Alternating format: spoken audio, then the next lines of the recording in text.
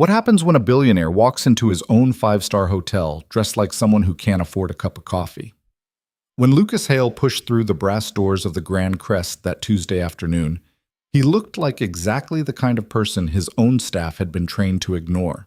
Ripped jeans, faded jacket, scuffed boots.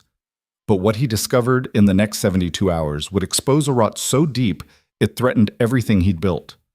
This is a story about power, dignity, and one waitress who refused to forget what kindness actually means. Stay with me until the end, hit that like button, and drop a comment with your city so I can see how far this story travels. The elevator descended with a soft mechanical hum that Lucas had heard 10,000 times before, but never quite like this. Never from the outside looking in. He'd entered the Grand Crest Hotel through the Fifth Avenue entrance at 2:47 p.m. on a Tuesday that felt more like a reckoning than an afternoon.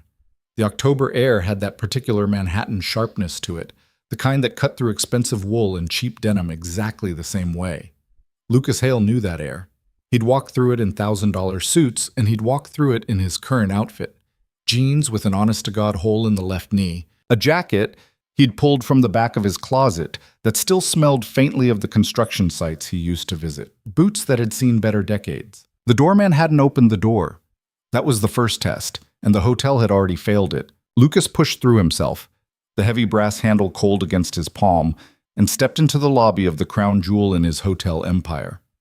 The Grand Crest, 43 stories of Manhattan luxury, 278 rooms, a Michelin-starred restaurant, and a rooftop bar that had been featured in so many films Lucas had stopped counting.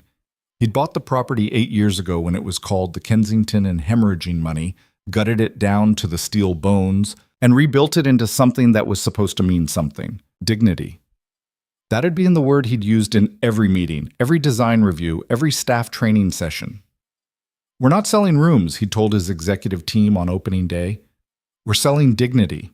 Every person who walks through that door should feel like they matter." Now, standing in his own lobby, dressed like someone who'd scraped together enough for a beer at the bar, Lucas wanted to see if those words had ever meant anything at all. The lobby was exactly as he remembered it. Soaring ceilings with restored 1920s plasterwork, Italian marble floors that caught the afternoon light in pools of gold. Leather furniture arranged in conversation clusters that suggested old money and older sophistication. The air smelled like it always did, some proprietary blend of bergamot and cedar that cost more per ounce than most people spent on cologne. Everything looked perfect. That was the problem. Lucas moved toward the front desk, his boots making small squeaking sounds on the marble that seemed obscenely loud in the hushed space. A couple in matching Burberry coats glanced at him, then away. Quick, dismissive. The kind of look that said you don't belong here without using words. Behind the sleek black granite counter, 2 desk clerks stood in crisp uniforms, the charcoal suits with subtle pinstripes that Lucas had personally approved, the small gold name tags that caught the light just so. The woman on the left was helping an older gentleman with what looked like a suite upgrade, her smile professional and warm. The man on the right was typing something into his computer with the kind of intense focus that suggested he absolutely was not typing anything important. Lucas approached the counter and waited. The male clerk, name tag reading Brandon M., continued typing. His fingers moved across the keyboard with theatrical precision. His eyes locked on a screen that Lucas could see from his angle was displaying the hotel's internal email system. Reading. Not working. Just reading. Lucas cleared his throat softly. Brandon's eyes flicked up for a fraction of a second. Lucas saw the assessment happen in real time. The scan up and down, the mental calculation, the decision. Then Brandon's eyes returned to his screen. "Someone will be with you in a moment," Brandon said. His tone wasn't rude exactly, just empty, the vocal equivalent of the look the couple had given him. Lucas nodded and stepped back slightly. He could feel the weight of his wallet in his back pocket, the one with the IDs and credit cards that could buy this entire building twice over. He could end this performance right now, flash a card, watch the scramble, but that would defeat the purpose. He needed to see what was real. The woman finished with her guest, sending him off with a smile that actually reached her eyes, then immediately turned to reorganize a stack of brochures that didn't need reorganizing. Lucas watched her hands move, straightening, aligning, busy work that kept her from having to acknowledge him. 30 seconds passed. Then a minute. A well-dressed woman with a Louis Vuitton bag approached the desk from Lucas's right, not quite cutting in front of him, but not exactly waiting her turn either. Brandon's posture changed immediately, shoulders back, smile engaged. "Good afternoon," Brandon said, and his voice had color now, warmth. "How can I help you today?" Lucas took another step back and let it happen. He watched the woman ask about restaurant reservations, watched Brandon lean into his computer with helpful efficiency, watched the whole interaction play out with the kind of attentive care that should have been universal, but clearly wasn't. When the woman left, Brandon's eyes passed over Lucas like he was furniture. "Actually," Lucas said, keeping his voice quiet, "I was hoping to get some information about—" "The concierge desk is right over there, sir." Brandon pointed toward a smaller desk near the elevators without looking up. "They handle general inquiries." "Sir?" The word sounded like it hurt him to say. "Right," Lucas said. "Thanks." He turned and walked toward the concierge desk, then past it, then toward the elevator bank. He wasn't going up. He just needed space to think, to process what he'd already learned in less than 5 minutes. The Grand Crest had a disease, and it was terminal. He found a chair near the elevators, tucked into an alcove that probably looked charming in the architectural renderings, but in reality was just a dead zone where the lobby's energy couldn't quite reach. The kind of spot where hotel guests sat when they were waiting for someone who was running late, when they needed to make an uncomfortable phone call, when they were killing time before catching a flight. Lucas had never noticed this particular corner before. From his office on the 37th floor, from his corner booth in the restaurant, from the private penthouse suite where he occasionally stayed when work ran too late, this part of the hotel simply didn't exist. But from here, sitting in a chair with worn upholstery that no one had flagged for replacement, Lucas could see everything. He watched a young couple approach the front desk, backpacks, casual clothes, excited smiles that marked them as tourists, probably their first time in Manhattan. He watched Brandon's body language go cold, watched him direct them to the standard check-in queue, even though there was no one else waiting. Watched the couple's excitement dim just slightly as they shuffled to the side. He watched an older black man in a beautiful suit approach the concierge desk, watched the concierge's smile falter for just a heartbeat before engaging, long enough to make Lucas wonder what that hesitation meant, what it cost. He watched a woman in yoga pants and a stained hoodie walk through the lobby toward the public restrooms, watched the security guard's hand move to his radio, watched the silent calculation of whether she was a guest or a problem, and he felt something he hadn't felt in years. Not since the early days, not since he was building his first property with money he'd scraped together from a business he'd sold for barely enough to matter. Not since he was young and hungry and absolutely certain that he could build something different. He felt ashamed. Lucas Hale had made his first million in commercial real estate by the time he was 26, buying struggling properties in secondary markets, fixing what was broken, and selling them for 3 times what he'd paid.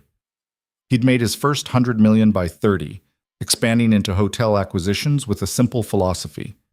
Buy what's dying, fix what's broken, make it mean something. He'd built an empire on that philosophy, 15 luxury hotels across the country, each one a property he'd personally rebuilt from the ground up, each one carrying his fingerprints in every design choice, every operational decision, every mission statement. And somehow, when he wasn't looking, someone had hollowed out the thing that mattered most. His phone buzzed in his pocket. He pulled it out, a text from Rachel, his executive assistant. Board meeting moved to 4 p.m. Thompson needs the Q3 numbers before then. Where are you? Lucas typed back. Doing research. Send him last month's deck. I'll call in if needed. He pocketed the phone and leaned back in the chair, letting his head rest against the wall. From this angle, he could see the massive crystal chandelier that hung in the center of the lobby, an original piece from 1928 that he'd spent $250,000 restoring. It scattered light across the marble floors in patterns that looked like shattered stars. Pretty, expensive, meaningless if the people underneath it had forgotten why they were here. A sound cut through his thoughts, sharp, sudden, out of place. A child crying. Lucas's eyes tracked the source. Near the lobby cafe, a little girl in a pink dress was standing next to an overturned chair, tears streaming down her face. Her mother was bent down next to her, trying to soothe her, but the girl was inconsolable. On the floor between them lay a stuffed rabbit, gray with age and love, one ear hanging by threads. The mother picked up the rabbit, tried to hand it to her daughter, but the girl shook her head violently. Something was wrong with it. The fall had done some damage Lucas couldn't see from this distance. Hotel guests flowed around them like water around stones. No one stopped. No one offered help. The mother looked up, clearly embarrassed, clearly hoping someone from the hotel staff might notice. The cafe was only 15 feet away. Lucas could see a server behind the counter, polishing wine glasses with methodical precision, eyes down, deliberately not seeing. And then someone moved. A woman in the cafe's uniform, simple black pants, white button-down shirt, small apron, emerged from behind the counter with a pace that wasn't rushed but wasn't slow either. She crossed the distance to the crying child in 6 steps, then did something Lucas hadn't seen any of his staff do in the last 20 minutes. She knelt down. Not a crouch, not a lean. She went down on one knee on the marble floor, bringing herself to the child's eye level, and when she spoke, her voice was soft enough that Lucas had to strain to hear it. "Hey there, that's a beautiful rabbit. What's his name?" The little girl hiccuped, her crying stuttering to a halt. Mr. Flops. Mr. Flops. That's a perfect name." The woman held out her hand. "I'm Emily. Can I see him for just a second?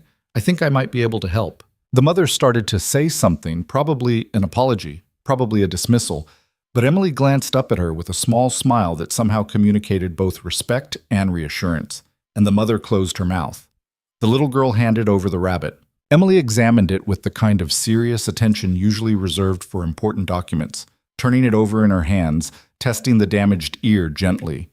Lucas watched her face. It was an interesting face, he thought. Not beautiful in any conventional way, but open, readable. The kind of face that hadn't learned to hide what it was feeling. "I see the problem," Emily said. "Mr. Flops took a pretty hard fall and his ear got a little loose, but I think we can fix this. Do you want to help me?" The girl nodded, sniffling. Emily reached into her apron pocket and pulled out.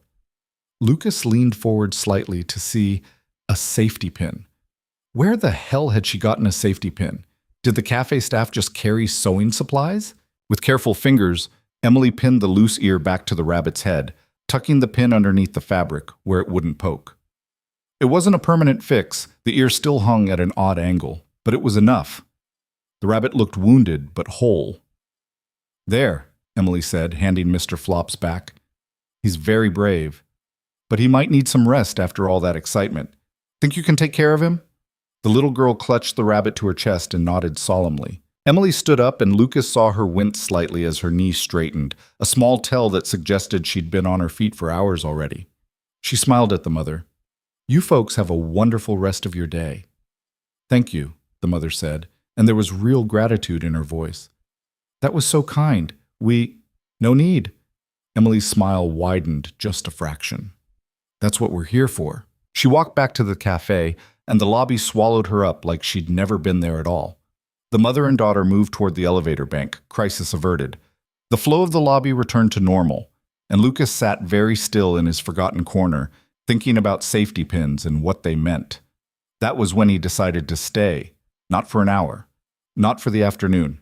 He pulled out his phone and sent 3 texts in quick succession. To Rachel. "Cancel everything for the rest of the week. Family emergency. I'll check email, but I'm unavailable for calls." To his sister Margaret, who was watching his daughter. "Can you keep Sophie through the weekend?" Something came up with work. To himself, in the Notes app, where he kept his running list of problems that needed fixing. Grand Crest, cultural failure. Staff bias clear. Service discriminatory. Need complete diagnostic. Then he settled deeper into his chair and prepared to watch his empire crumble in real time. The afternoon wore on. Lucas watched Brandon at the front desk direct a young man with tattoos visible on his neck toward the standard rooms without asking what he needed. Watched the concierge spend 15 minutes planning a helicopter tour for a guest in a Rolex, but barely 2 minutes helping a family find directions to a free museum. Watched the security guard tail a Hispanic woman in a cleaning uniform until she produced her staff ID, even though she'd walked in through the employee entrance. Patterns. That was what Lucas was trained to see. He'd built his entire business on recognizing patterns, in markets, in properties, in people. And the pattern here was unmistakable. The Grand Crest had created a 2-tiered system. Not officially, not in any written policy, but in the unspoken language of who deserved attention and who didn't, who got smiles and who got efficiency, who belonged and who was tolerated. It made him physically sick. Around 4 o'clock, the lobby cafe started to fill up with the early dinner crowd, guests returning from afternoon activities, business travelers settling in for a drink before evening calls, locals who knew the cafe served the best espresso in Midtown. Lucas watched the servers navigate the space with practiced efficiency. There were 3 of them working the floor, plus whoever was behind the counter. Emily was one of them. He watched her work for an hour without meaning to, just because she was impossible not to watch once you started paying attention. She moved differently than the other servers, quieter, less performative. She didn't smile with her whole face when she greeted guests, just a small upturn at the corners of her mouth that somehow felt more genuine than the broader, practiced smiles of her colleagues. She asked questions that seemed to actually want answers. "How was your afternoon?" Delivered in a tone that suggested she might listen to the response. And she noticed things. When an older woman struggled to pull out her chair, Emily was there in 3 steps, helping ease it back. When a businessman spilled coffee on his papers, Emily had napkins in hand before he'd finished cursing. When a teenage girl sat alone looking at her phone with the particular hunched shoulders of someone trying not to cry, Emily quietly placed a glass of water on her table without comment, just a small acknowledgement that she'd been seen. Small things. Forgettable things. Except Lucas couldn't forget them. Around 5:30, Lucas stood up and stretched. His back complained. The chair was worse than it looked. He walked slowly toward the cafe, hands in his pockets, trying to look like someone who'd just decided on a whim to grab a coffee. The cafe was designed to feel like an extension of the lobby. Same marble floors, same sophisticated lighting, but with warm wood accents and plants that softened the space. Small tables clustered near the windows, larger booths along the back wall, a long bar counter where solo guests could sit and watch the baristas work. It was designed to feel approachable while maintaining the hotel's luxury aesthetic. Lucas chose a small table near the window and sat down. From here, he had a clear view of Fifth Avenue, the pedestrian traffic, the taxis, the late afternoon sun hitting the buildings across the street in that particular October gold that photographers paid thousands to capture. Emily appeared at his table within 30 seconds. Up close, Lucas revised his earlier assessment. Not an interesting face, a kind face. There was a difference. She looked tired, the kind of tired that lived behind the eyes and didn't show up in the mirror until you really looked. Early 30s, he guessed. No wedding ring. Hair pulled back in a practical ponytail that had started to escape around her face in wisps that suggested a long shift. "Good evening," she said. "Can I get you something?" Her voice matched her face, soft, careful, like she was used to people not listening and had learned to make every word count. "Coffee," Lucas said. "Black. Whatever you recommend." Emily nodded, and Lucas saw something flicker in her expression. A small surprise, maybe, that he'd asked for a recommendation instead of demanding a specific brand. The house blend is excellent. Single origin from Colombia. Chocolate notes, not too acidic. Perfect. She turned to go, and Lucas found himself speaking again without planning to. "That was really kind, earlier, with the little girl." Emily stopped and looked back at him. For a moment, Lucas thought she didn't know what he was talking about. Then recognition dawned, and she shrugged in a way that suggested the entire incident had already been filed away in her mind as unremarkable. "Oh, that," she was upset. "Most people walked right past." "Yeah." Emily's face did something complicated. Not quite a frown, not quite resignation. "Most people do." She left before Lucas could respond, and he sat back in his chair thinking about those 4 words and all the weight they carried. The coffee arrived 3 minutes later, brought by a different server, a young man with practiced charm and a smile that never quite reached his eyes. Lucas thanked him and wrapped his hands around the cup, letting the heat seep into his palms. He'd made billions of dollars by reading people, by understanding what motivated them, what scared them, what they wanted versus what they needed. He could walk into a negotiation and know within 5 minutes where the leverage was, who would fold first, what concessions were real and which were theater. But sitting in this cafe, drinking excellent coffee in a hotel he owned, Lucas realized he'd lost the ability to read the people who actually mattered. When had that happened? When had he stopped seeing the Emilys of the world? The people who showed up every day and did the small, essential work of making strangers feel human? When had he started seeing only the numbers, the profit margins, the quarterly reports that told him his hotels were successful without telling him whether they were good? His phone buzzed. Thompson, his CFO, calling about the board meeting he'd blown off. Lucas declined the call and put the phone face down on the table. He drank his coffee slowly, watching the cafe fill and empty and fill again as the evening crowd cycled through. He watched Emily move between tables, her efficiency never tipping into coldness, her attention never fragmenting into distraction. He watched the way guests responded to her. Most barely acknowledged her existence. Some were polite, a few were rude in the casual way people were rude to service workers, treating them as extensions of the furniture. Emily absorbed it all with the same quiet grace she'd shown the crying child. She didn't push back against rudeness, didn't seek recognition for kindness. She just worked, present, attentive, invisible. Around 7 o'clock, Lucas saw something that made him set down his coffee cup slowly. A man in an expensive suit, 50s, silver hair, the kind of confident bearing that came from never being told no, had just sat down at a table near the window. Emily approached with her usual quiet professionalism. Lucas was too far away to hear the conversation, but he could read the body language clearly enough. The man ordered. Emily nodded and turned to go.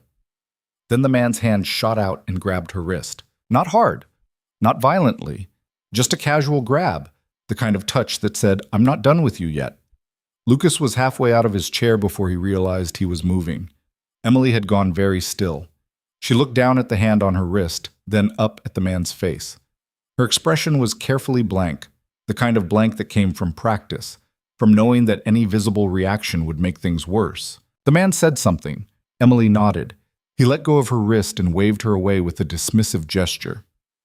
Emily walked back toward the counter, and Lucas watched the small tremor in her hands as she entered the order into the system, a tremor she controlled within seconds, professional mask sliding back into place like it had never slipped. Lucas sat back down very carefully. His hands were shaking slightly, from anger or adrenaline, he wasn't sure which. Maybe both. He'd seen enough. This wasn't just about poor service or discriminatory treatment. It was about a fundamental rot in the culture he'd supposedly built. A rot that allowed guests to treat staff like objects, that allowed staff to treat certain guests like problems, that had turned his vision of dignity into a parody where only some people deserved to be seen as human. And Emily, quiet, invisible Emily, who carried safety pins in her apron and knelt down to comfort crying children, was trapped in the middle of it, absorbing all the small cruelties that made the machine run smoothly. Lucas pulled out his phone and sent one more text. To Paul Hendricks, the general manager of the Grand Crest, his hand-picked leader who he'd trusted to maintain the hotel's culture. We need to talk. Tomorrow. My office.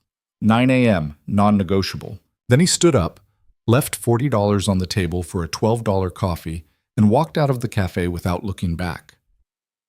He didn't go home. Instead, he walked 3 blocks to a small bar he used to frequent back before his life got complicated.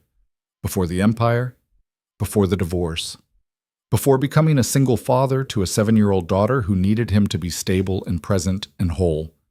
He sat at the bar and ordered whiskey and tried to figure out what the hell he was going to do. The bartender was a woman in her 60s who'd worked there for 30 years and remembered Lucas from when he used to come in smelling like construction dust and possibility. "You look like someone who just found out bad news," she said, sliding his drink across the scarred wood bar. Lucas took a sip and let the burn ground him. "Found out something I should have known all along. That's usually the worst kind." Yeah, she left him alone after that, and Lucas sat with his whiskey and his thoughts, and the growing certainty that fixing the Grand Crest wasn't going to be as simple as firing a few people or implementing new policies. He needed to burn it down and rebuild it from the inside out. But first, he needed to understand exactly what had been lost, and that meant going back. Watching more, documenting the patterns until he had a complete picture of the disease. His phone buzzed with messages he didn't read. The bar filled with the after-work crowd, people in suits, people in jeans, people who'd had good days and bad days, and were trying to wash them both away with alcohol and conversation. Normal people living normal lives, unaware that 3 blocks away, a man who could buy their entire apartment building was having an existential crisis about safety pins. Lucas finished his drink and ordered another. Somewhere in Manhattan, Emily Carter was finishing her shift, her wrist probably still feeling the phantom pressure of a stranger's grip. Her mind probably already filing it away as just another thing that happened in the service industry. Nothing personal, nothing worth remembering. Somewhere in that same city, Brandon at the front desk was going home feeling like he'd done his job well, never questioning why some guests got warmth and others got efficiency. And somewhere in the penthouse of the Grand Crest Hotel, in an office overlooking Central Park, Paul Hendricks was probably reading Lucas's text and feeling the first flutter of professional panic. Good, Lucas thought. Let him panic. Because tomorrow, everything was going to change. He just had to figure out how. Lucas didn't sleep that night. He lay in his apartment on the Upper West Side, staring at the ceiling while his mind replayed the day in fragments that wouldn't settle into anything coherent. The look on Emily's face when that man grabbed her wrist, the way Brandon's eyes had skimmed over him like he was wallpaper, the little girl clutching a rabbit held together with a safety pin. At 4 a.m, he gave up pretending and made coffee in the kitchen that cost more than most people's cars, but still produced the same caffeine as a $20 machine. Money didn't buy better sleep. It just bought bigger spaces to be awake in. His phone sat on the marble counter, dark and silent. He'd turned off notifications around midnight after the 100th message from his executive team asking where he was, what was wrong, whether they should be worried. Let them worry. He had bigger problems than their quarterly anxieties. By 6 a.m., Lucas was showered, dressed in another carefully chosen outfit. Clean jeans this time, but still old. A pullover sweater with a frayed collar. Boots that had actual wear patterns instead of the artificially distressed kind that cost $300. He looked at himself in the mirror and saw someone who could be anyone. A contractor between jobs. A grad student on a budget. A man whose credit card might get declined at checkout. Perfect. He called his sister while walking to the subway. "Do you have any idea what time it is?" Margaret's voice was rough with sleep. "Sophie awake yet?" "Lucas, it's 6:15 in the morning. No, your daughter is not awake. Normal children sleep past dawn. Can you keep her through Sunday? I know I said the weekend, but I need a few more days." Silence on the other end, the kind that meant Margaret was deciding between concern and annoyance. "What's going on?" "Work thing. I'll explain later." "You always say that." "I know. I'm sorry. Is she okay?" "She's fine. She's always fine with me. It's you I'm worried about." Lucas stepped onto the street, the early morning air sharp enough to make his eyes water. "Don't be. I just need to fix something." "Lucas, thank you, Marg. Really. I'll make it up to her." He hung up before she could push harder, guilt settling in his stomach like concrete. Sophie deserved better than a father who disappeared for days at a time to conduct secret investigations into his own business. But she also deserved a father who built things that mattered, who didn't compromise on the values he claimed to hold. He'd figure out how to balance those two truths later. The subway ride downtown was packed with early commuters, everyone pressed together in that particular New York intimacy of strangers trying desperately not to touch. Lucas stood near the doors, holding the pole with one hand, phone with the other, scrolling through internal reports he'd pulled up the night before. Guest satisfaction scores at the Grand Crest had dropped 3 percentage points in the last 6 months. Not catastrophic, not even enough to trigger alarm bells, but consistent, steady. The kind of decline that suggested something systemic rather than a temporary blip. Employee turnover was up 17% year over year. Again, not dramatic, but wrong. The Grand Crest used to have the lowest turnover in his entire portfolio. And then there were the complaints. Lucas read through them on the rattling subway car, each one a small cut that accumulated into something worse. Guest complaints about rude staff. Staff complaints about hostile guests.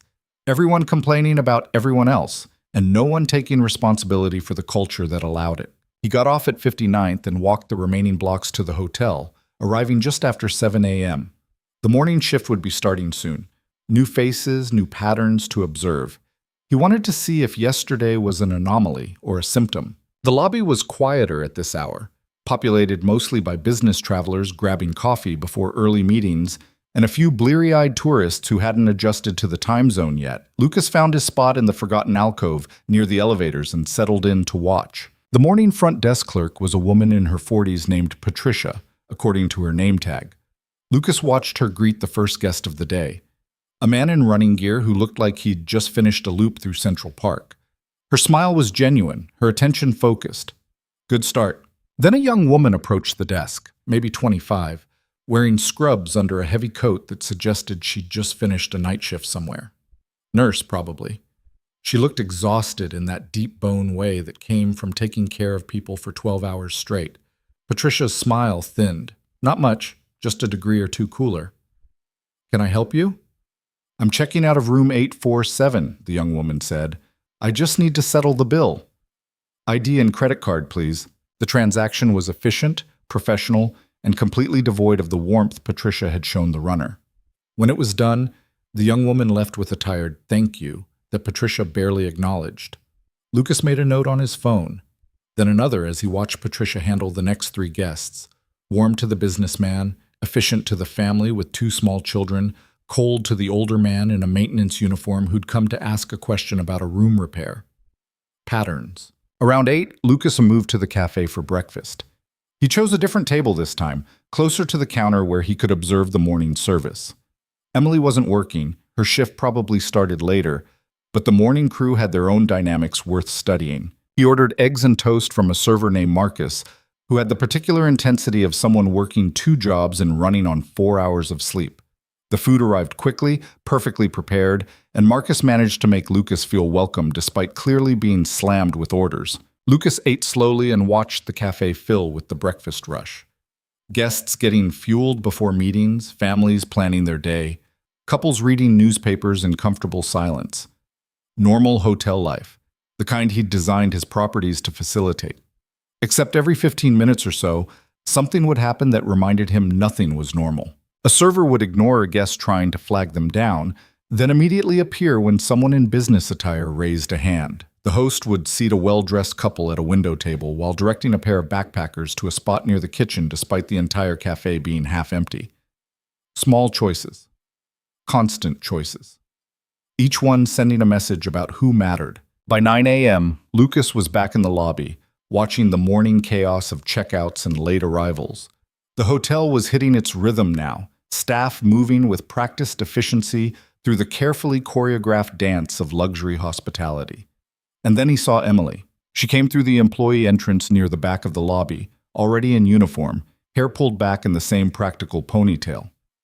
Lucas watched her pause just inside the door, her shoulders rising and falling with a deep breath, the kind of breath people took before walking into something difficult.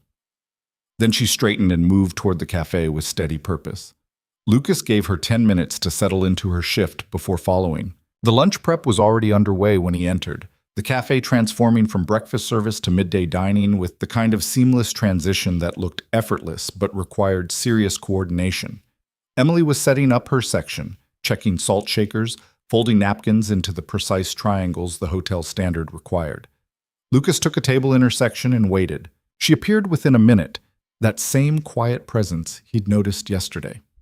Up close in better light, Lucas could see the small details that told stories. A scar on her left hand that looked old and deep, fingernails cut short and practical, eyes that were careful in a way that suggested caution was a learned behavior. "Good morning," Emily said. "Coffee to start?" "Please." Lucas paused, then added, "You probably don't remember, but you helped me yesterday with the coffee recommendation." A flicker of recognition crossed her face. "Right. The Colombian blend, how was it?" "Excellent. You know your coffee." "Part of the job." She pulled out her order pad, and Lucas saw her hands were steady today. Whatever had shaken her yesterday had been locked away somewhere he couldn't see. "Are you staying at the hotel?" It was a reasonable question, casual enough, but Lucas heard the subtext. "You don't look like our usual guests." He could use this, should use this. "Just visiting the city," he said.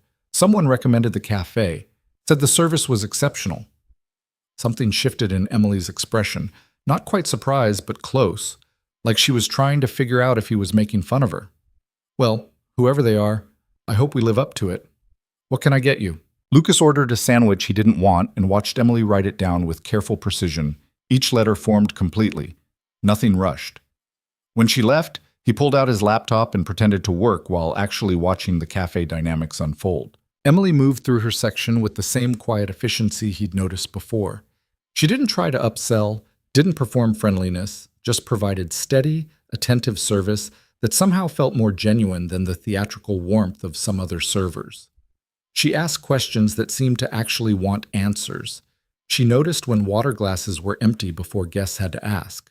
She cleared plates without interrupting conversations. And she was almost completely invisible. Lucas watched guests interact with her for 2 hours, and the pattern was unmistakable. They ordered, she served, they ate, she cleared. The entire transaction happening in a space where Emily existed as a function rather than a person. Most didn't say thank you. Several didn't make eye contact. A few spoke to her with that particular tone people used when addressing service workers.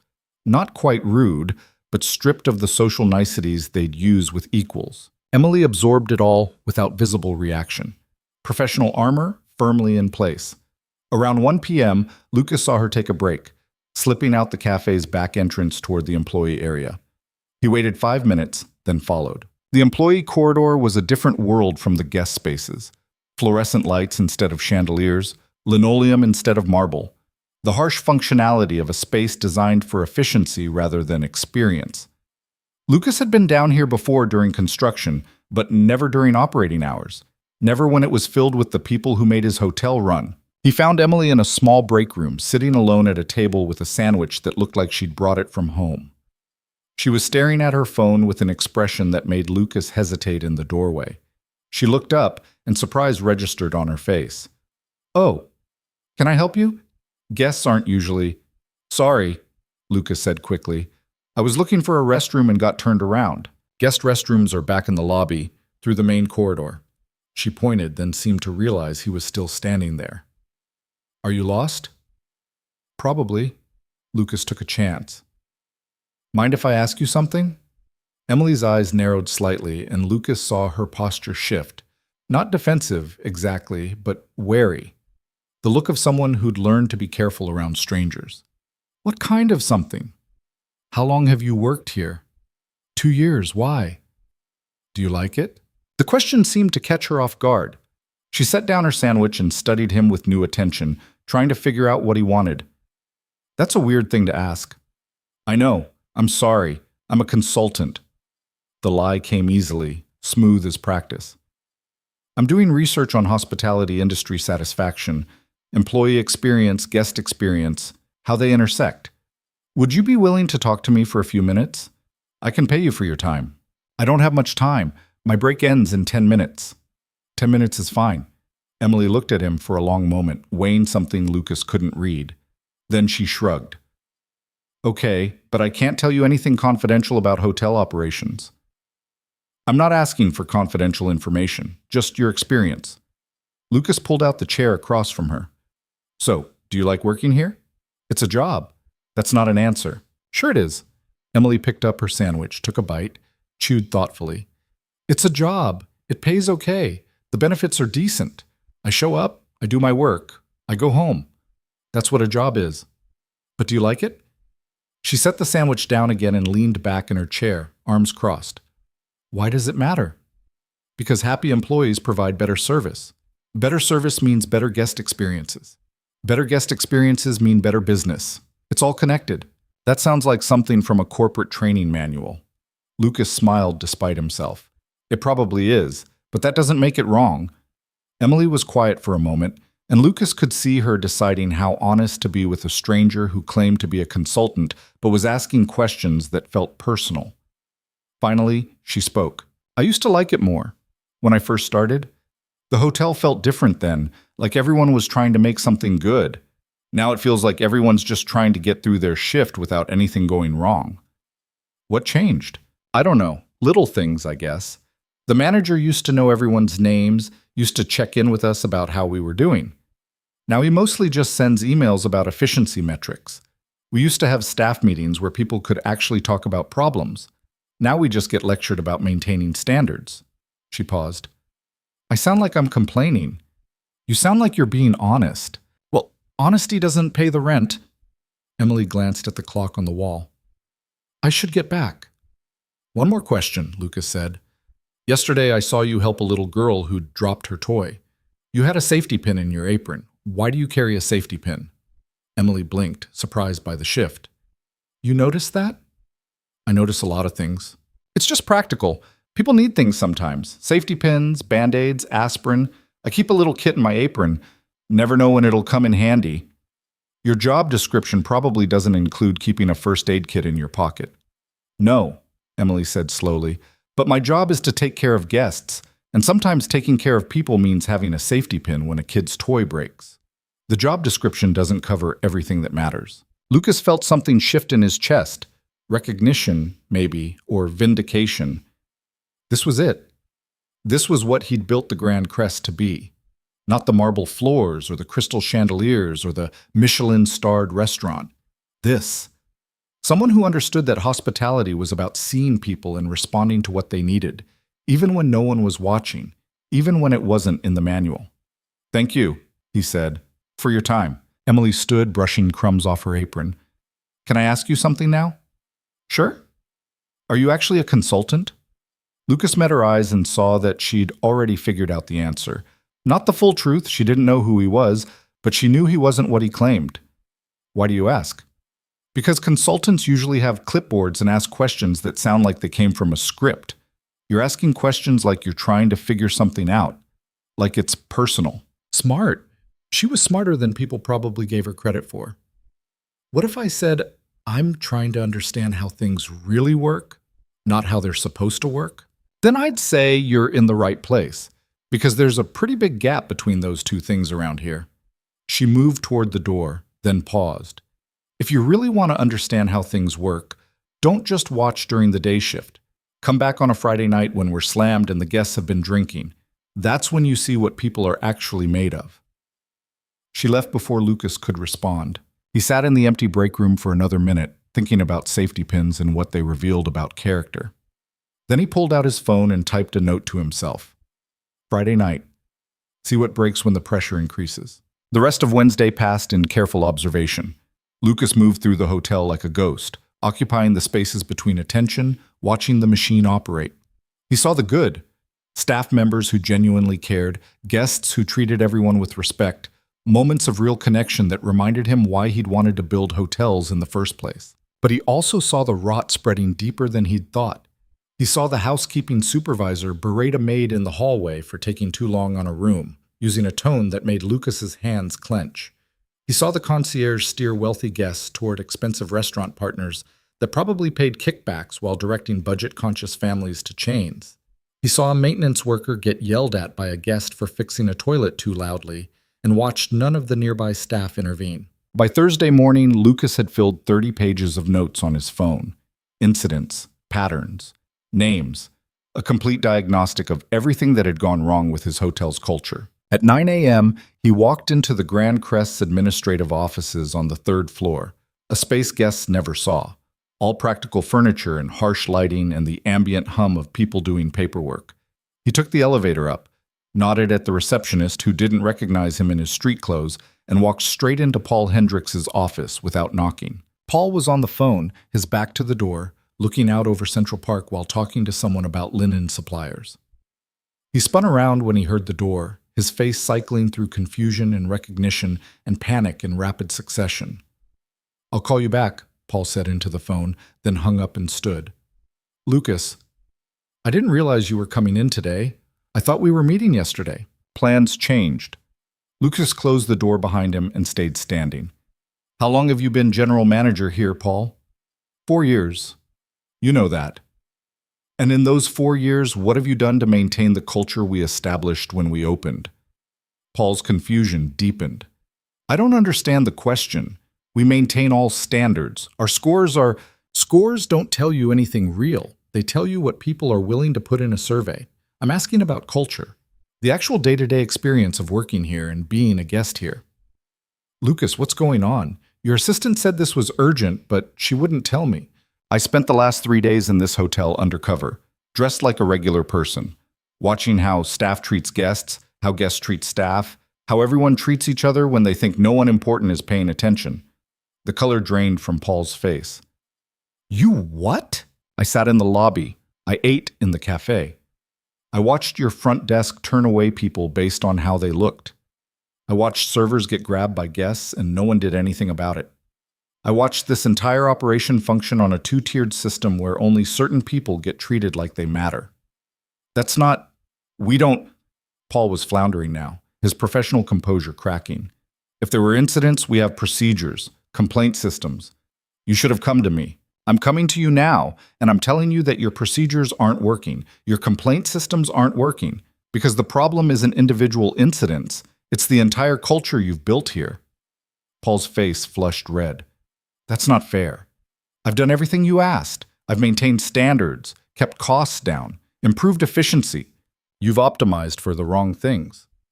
Lucas leaned against the desk, suddenly tired. When did we start caring more about efficiency than dignity? We care about both. Do we? Because I watched a waitress yesterday carry a first aid kit in her apron because she knows guests might need help and the hotel won't provide it. I watched your front desk clerk spend 15 minutes helping a guest in a Rolex but brush off a nurse in scrubs. I watched your security guard profile a Hispanic woman just for walking through the lobby. And none of it was written down in any report because it's all become so normal that no one even sees it anymore. Paul sat down heavily in his chair. What do you want me to do? I want you to tell me how this happened.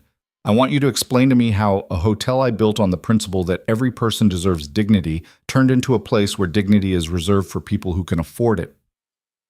Silence filled the office. Outside, Lucas could hear the muted sounds of the administrative floor, phones ringing, keyboards clicking, the mundane machinery of running a luxury hotel. When Paul finally spoke, his voice was quieter. You want the truth? I always want the truth. The truth is that maintaining the culture you want is expensive. It takes time. It requires hiring people who actually care, which means paying more and spending more on training and accepting that efficiency will suffer because caring takes time. And every quarter, I get pressure from corporate to improve margins, cut costs, increase revenue per guest, optimize operations. You can't optimize caring, Lucas. You can only optimize efficiency. So that's what we've done. Lucas stared at him. Did I ever tell you to prioritize margins over mission? You didn't have to. The incentive structure did it for you. My bonus is tied to profitability. My team's bonuses are tied to performance metrics. None of those metrics measure whether we're treating people with dignity. They measure whether we're making money. That's going to change. How? Lucas pulled out his phone and opened the notes he'd been compiling. Starting Monday, we're implementing new metrics. Guest satisfaction broken down by demographic, staff retention and exit interview analysis, mystery shopper programs focused on equity of service, culture surveys that actually matter, and we're going to tie management compensation to those metrics. Paul looked stricken. That's going to tank our margins. I don't care. The board will care. The board works for me, not the other way around. And if they have a problem with it, they can bring it to the next meeting, and I'll explain to them why running a hotel that betrays its own values is worse than running one with slightly lower margins. Lucas, be reasonable. I am being reasonable. What's unreasonable is building a hotel on the promise that everyone matters and then systematically treating people like they don't. Lucas stood up. You have until Monday to put together a plan for cultural reform. I want specifics, training programs, policy changes, accountability measures, and I want it to start with the front desk and work through every department. That's 3 days. Then you'd better get started. Lucas walked to the door, then paused with his hand on the handle. One more thing, there's a waitress in the cafe named Emily Carter. I want her personnel file on my desk by end of day. Why? Because she's the only person in this entire hotel who still remembers what we're supposed to be doing here. And I want to know why.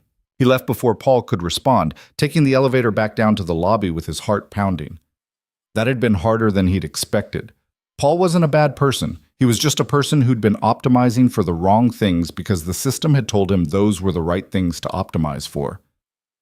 The system Lucas had built, which meant Lucas was responsible for fixing it. He spent the rest of Thursday documenting everything he'd observed, building a case file that would support the changes he planned to implement. Around 3 p.m., his phone rang. Rachel, his assistant, who he'd been avoiding for days. "Where the hell are you?" she said when he answered. "Working. Thompson is losing his mind. The board is asking questions. You've missed 4 meetings. People are worried you're having some kind of breakdown. I'm not having a breakdown, I'm having a reckoning. Those sound suspiciously similar. Rachel, what's my approval rating on decisions? What? When I make a decision about company direction, how often do people push back? Silence on the other end. Then, carefully, people trust your judgment. That's not what I asked. Almost never. People almost never push back. Why? Because you're usually right. And because you own the company. Lucas leaned against the lobby wall, watching the afternoon crowd flow through his hotel. What if I've been wrong? What if I've been optimizing for the same things everyone else optimizes for, and I've just been better at pretending I'm different? Lucas, you're scaring me. Don't be scared. I'm just figuring some things out. I'll be back in the office Monday. Until then, clear my calendar and tell everyone I'm unavailable. What should I tell them you're doing? Tell them I'm learning to see again. He hung up and pocketed the phone. Friday arrived with the kind of cold rain that made everyone miserable and short-tempered.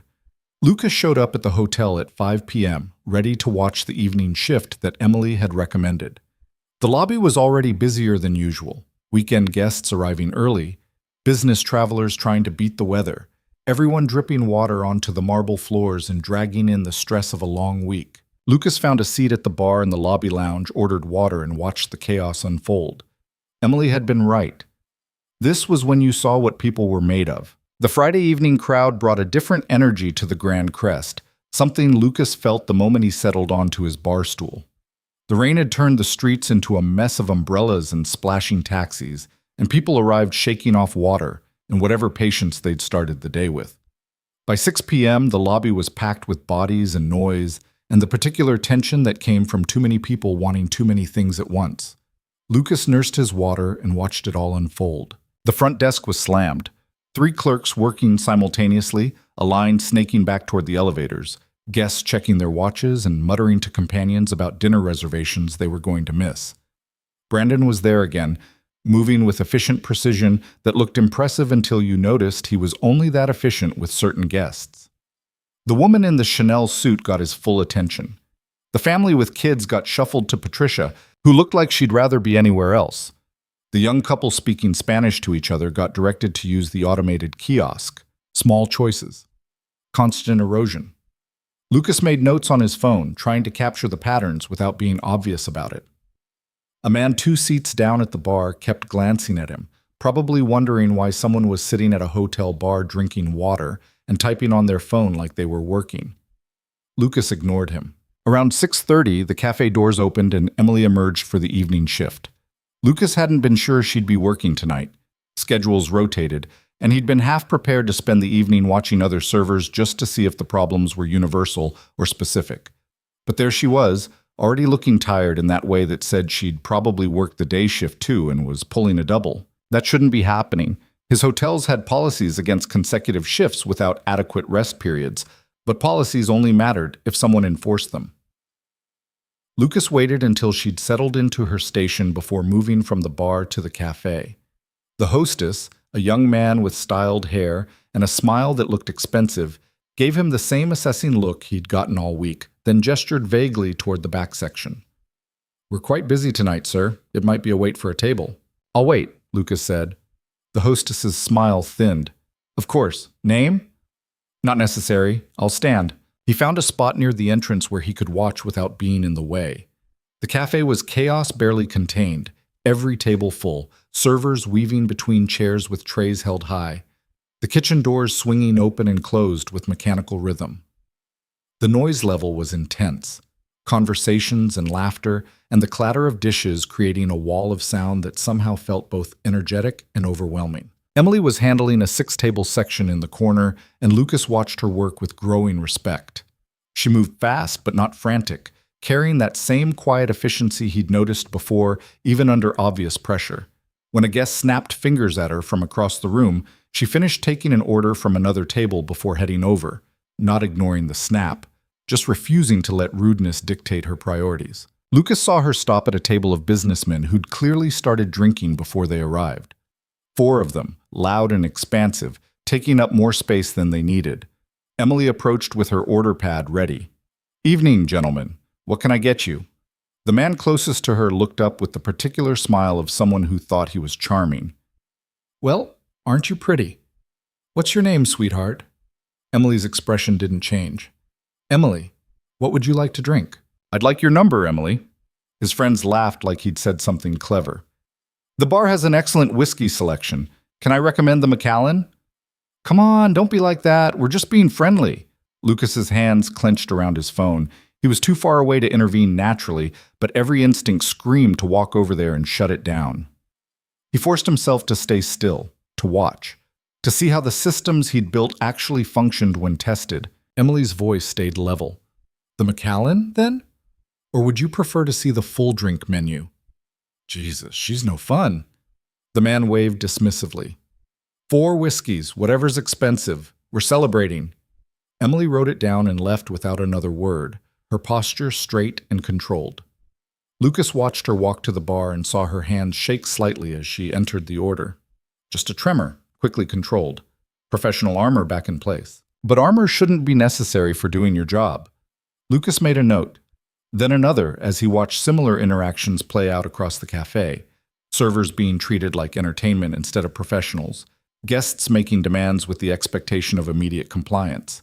The constant low-level disrespect that came from people who'd never had to work in service and didn't understand it as real work. Around 7, things escalated. A woman at table 12 sent back her salmon twice. First because it was overcooked, then because it was undercooked. The server handling that section, Marcus, the morning shift guy who must also be pulling a double, took it with strained patience the first time. The second time, Lucas saw his jaw tighten as he carried the plate back to the kitchen. 2 minutes later, the woman was demanding to see a manager. The cafe manager appeared, a thin man in his 50s named Robert, according to his name tag, all apologetic smiles and soothing platitudes. Lucas watched him comp the entire table's meal and offer free desserts while the woman lectured him about quality standards. The whole performance took 10 minutes, during which Marcus stood off to the side looking like he wanted to disappear into the floor. When it was over and the woman was satisfied, Robert pulled Marcus aside. Lucas couldn't hear the conversation, but he could read the body language clearly enough. Robert's aggressive posture, Marcus's defensive stance, the back and forth that ended with Marcus's shoulders slumping in defeat, getting blamed for a guest who couldn't be pleased. Lucas had seen it before, but watching it happen in his own hotel made him feel sick. He was about to head over when his phone buzzed. Paul Hendricks, calling for the 3rd time that day. Lucas had been ignoring him, but something made him answer this time. "What?" "We have a situation." Paul's voice was tight. "There's been a complaint. A guest is threatening to post on social media about discriminatory service. She's claiming the front desk refused to honor her reservation because of her race." Lucas felt ice settle in his stomach. "Where is she now?" "Lobby, near the elevators. She's filming." "Lucas, this could go viral." "I'll be right there." Lucas hung up and left the cafe, moving through the lobby with purpose. He found the situation quickly enough. A young black woman, maybe late 20s, standing near the elevators with her phone held up and her voice carrying across the marble floors. Told them I had a confirmation number. I showed them my email. But apparently that doesn't matter if you don't look like their usual clientele. She was addressing the phone, live streaming, her anger controlled but unmistakable. "This is the Grand Crest Hotel in Manhattan. 5 stars, luxury service. Unless you're black, apparently." A small crowd had gathered. Some guests watching with discomfort, others with open curiosity. Brandon stood behind the front desk looking panicked, and Patricia had gone pale. Paul was approaching from the administrative corridor, his professional mask firmly in place, ready to do damage control. Lucas got there first. "Excuse me." He stepped into the woman's field of vision. "I'm very sorry for whatever happened. Can we talk about this?" She turned the camera toward him. "And you are?" "Good question." Lucas made a split-second decision that he hoped he wouldn't regret. "Someone who wants to understand what went wrong." "Will you tell me?" "I'm telling everyone." She gestured to the phone. "That's the point." "I understand, but I'm asking anyway, please." Something in his tone must have registered because she lowered the phone slightly. "Fine. I booked a king suite 3 weeks ago. Confirmation number, credit card on file, everything legitimate. I show up tonight and they tell me there's no reservation." "Did they offer alternatives?" "They offered me a standard room, not what I booked, not what I paid for. And when I pushed back, the clerk suggested maybe I'd made a mistake about which hotel I'd reserved. Lucas felt his jaw tighten. That's unacceptable. You think? Because your colleague over there seemed to think it was perfectly reasonable. She pointed at Brandon, who was trying to become invisible behind his computer screen. Paul had reached them now, smoothing into manager mode. Miss, I'm Paul Hendricks, the general manager. I'm sure this is all a misunderstanding that we can resolve. If you'll just come with me to my office, I'm not going anywhere. Her voice was flat. You want to resolve this? Resolve it right here where everyone can see. Paul's smile faltered. That's not how we handle guest concerns. Maybe that's the problem. Lucas looked at Paul. Get the reservation system pulled up, now. I want to see her booking. Lucas, we should handle this privately. Now, Paul. Paul hesitated, then gestured to Brandon. Pull up the reservation. Show us what you've got. Brandon's fingers flew across the keyboard, and Lucas moved behind the desk to see the screen. The woman followed, phone still recording, and Lucas didn't stop her. If they'd screwed this up, they deserved to have it documented. The reservation appeared on screen. King Suite, 3-week advance booking, credit card authorized, confirmation sent. Everything exactly as the woman had described. Then Lucas saw the note attached to the reservation. Added this afternoon. 2 words that made his blood run cold. Verify identity. What does that mean? The woman demanded, reading over his shoulder. Lucas knew exactly what it meant. Someone had flagged her reservation for additional verification, which in practice meant making it harder for her to check in, requiring extra documentation, creating friction that would encourage her to accept a downgrade or go elsewhere. He looked at Brandon. Who added this note? Brandon's face had gone white. I was just following protocol. What protocol requires identity verification for a guest with a confirmed reservation and matching credit card? Silence. The lobby had gone very quiet, everyone watching this confrontation play out. There is no protocol, Lucas said, answering his own question. Someone made a judgment call. Someone decided this guest needed extra scrutiny. Want to explain why? I was concerned about fraud, Brandon stammered. We've had issues with what? Spell it out for me. Brandon looked desperately at Paul, who looked like he wanted to be anywhere else. The woman with the phone captured all of it, her camera moving between faces. Lucas turned back to her. You're right. This was discrimination. There's no other word for it. And I'm sorry. Not just sorry it happened, but sorry that the systems in place here allowed it to happen. Apologies don't give me my room. No, but this does. Lucas pulled out his wallet, the real one, not the one with old receipts and a Metro card he'd been carrying all week, and handed her a black card. This will get you into the presidential suite on the 42nd floor. It's complimentary for your entire stay, however long you'd like. Full access to all hotel amenities. And when you check out, I want you to send me the video you just recorded. She looked at the card, then at him. Who are you? Lucas Hale. I own this hotel. The lobby went very still. Lucas felt Paul's shock radiating from behind him, felt the weight of everyone's attention shifting, recalculating. He kept his eyes on the woman with the camera. I've spent the last week walking around this place dressed like someone who doesn't belong, watching how staff treats different guests. What just happened to you? I've watched it happen dozens of times in smaller ways. People being judged based on appearance, race, class. This hotel was supposed to be better than that. It's not, but it's going to be. The woman studied him for a long moment. Big words. You'll have them in writing by tomorrow, along with a personal apology and a plan for what we're changing. Lucas looked at Brandon. Starting with personnel changes. Brandon made a small sound of protest, but Lucas kept talking. You're suspended, effective immediately. 2 weeks, unpaid. When you come back, you'll go through a complete retraining program. If you complete it successfully, you keep your job. If not, or if anything like this happens again, you're gone. Clear? Brandon nodded mutely. Lucas turned to Paul. Take her to the presidential suite personally. Make sure she has everything she needs. And get me the contact information for every guest who's had a reservation discrepancy in the last 6 months. I want to review every single case. Paul opened his mouth, closed it, then nodded. Of course. The woman pocketed Lucas's card and lowered her phone finally, ending the stream. I'm still posting this. I would too, Lucas said, but maybe add a follow-up tomorrow. Show people what happens when a company actually tries to fix its mistakes instead of just covering them up. We'll see. She picked up her bags. Presidential suite better be worth it. It is, and if it's not, you have my personal number on that card. Call me directly. She left with Paul, and the lobby slowly began to return to normal, conversations resuming, the incident being absorbed into the night's chaos. Lucas stood behind the front desk and looked at Patricia, who'd witnessed the whole thing with wide eyes.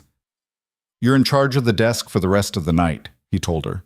"I want a report on my desk tomorrow morning detailing every reservation issue from this evening and how it was handled. Everything. No filters."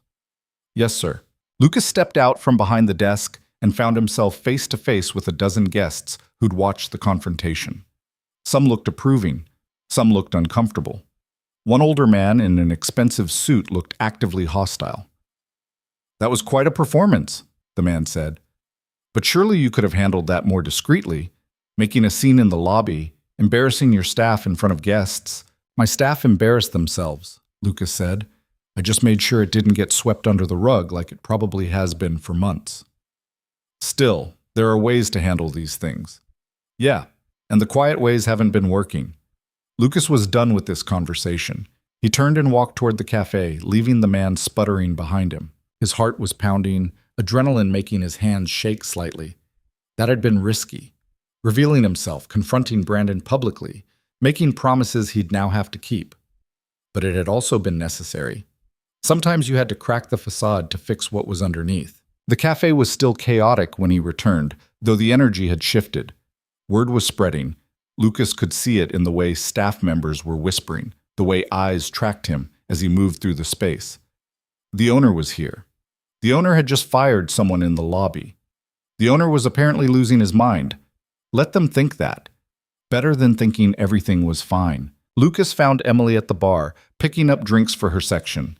She glanced at him as he approached, and he saw recognition flicker across her face. Not surprise exactly, but confirmation of something she'd already suspected. "So," she said quietly. "Consultant, huh? I needed to see the truth. Did you find it?" "More than I wanted to." Lucas leaned against the bar, suddenly exhausted. "You were right about Friday nights. People show you who they really are when they're stressed." Emily loaded her tray with practiced efficiency. "That include you?" "Probably." "What are you going to do about it? About all of this?" She gestured vaguely at the cafe, but Lucas knew she meant the hotel, the culture, everything that was broken. Fix it. Or try to. People have been trying to fix things here for a while. Hasn't worked yet. That's because they were trying to fix symptoms instead of the disease. Lucas straightened. "Can I ask you something? Why do you still care? After 2 years of watching this place forget what it's supposed to be, why do you still carry safety pins and help crying kids and treat every guest like they matter?" Emily was quiet for a moment, balancing her tray. "Because somebody has to. And if I stop caring just because the system is broken, then I'm part of what's breaking it." She started to walk away, then paused. "Besides, it's not about the hotel. It's about the people." The little girl with the rabbit, she didn't care about luxury service or brand standards. She just needed someone to see that she was upset and help. That's the job, the real one. Everything else is just window dressing. She left to deliver her drinks, and Lucas stood at the bar thinking about window dressing and what it hid. The rest of Friday night was a blur of small crises and large revelations. Lucas watched the dinner service collapse into controlled chaos. Orders wrong, tables waited too long, tempers fraying on both sides of the service divide. He watched Marcus get yelled at by a guest for bringing the wrong wine, then watched Robert the manager fail to back him up.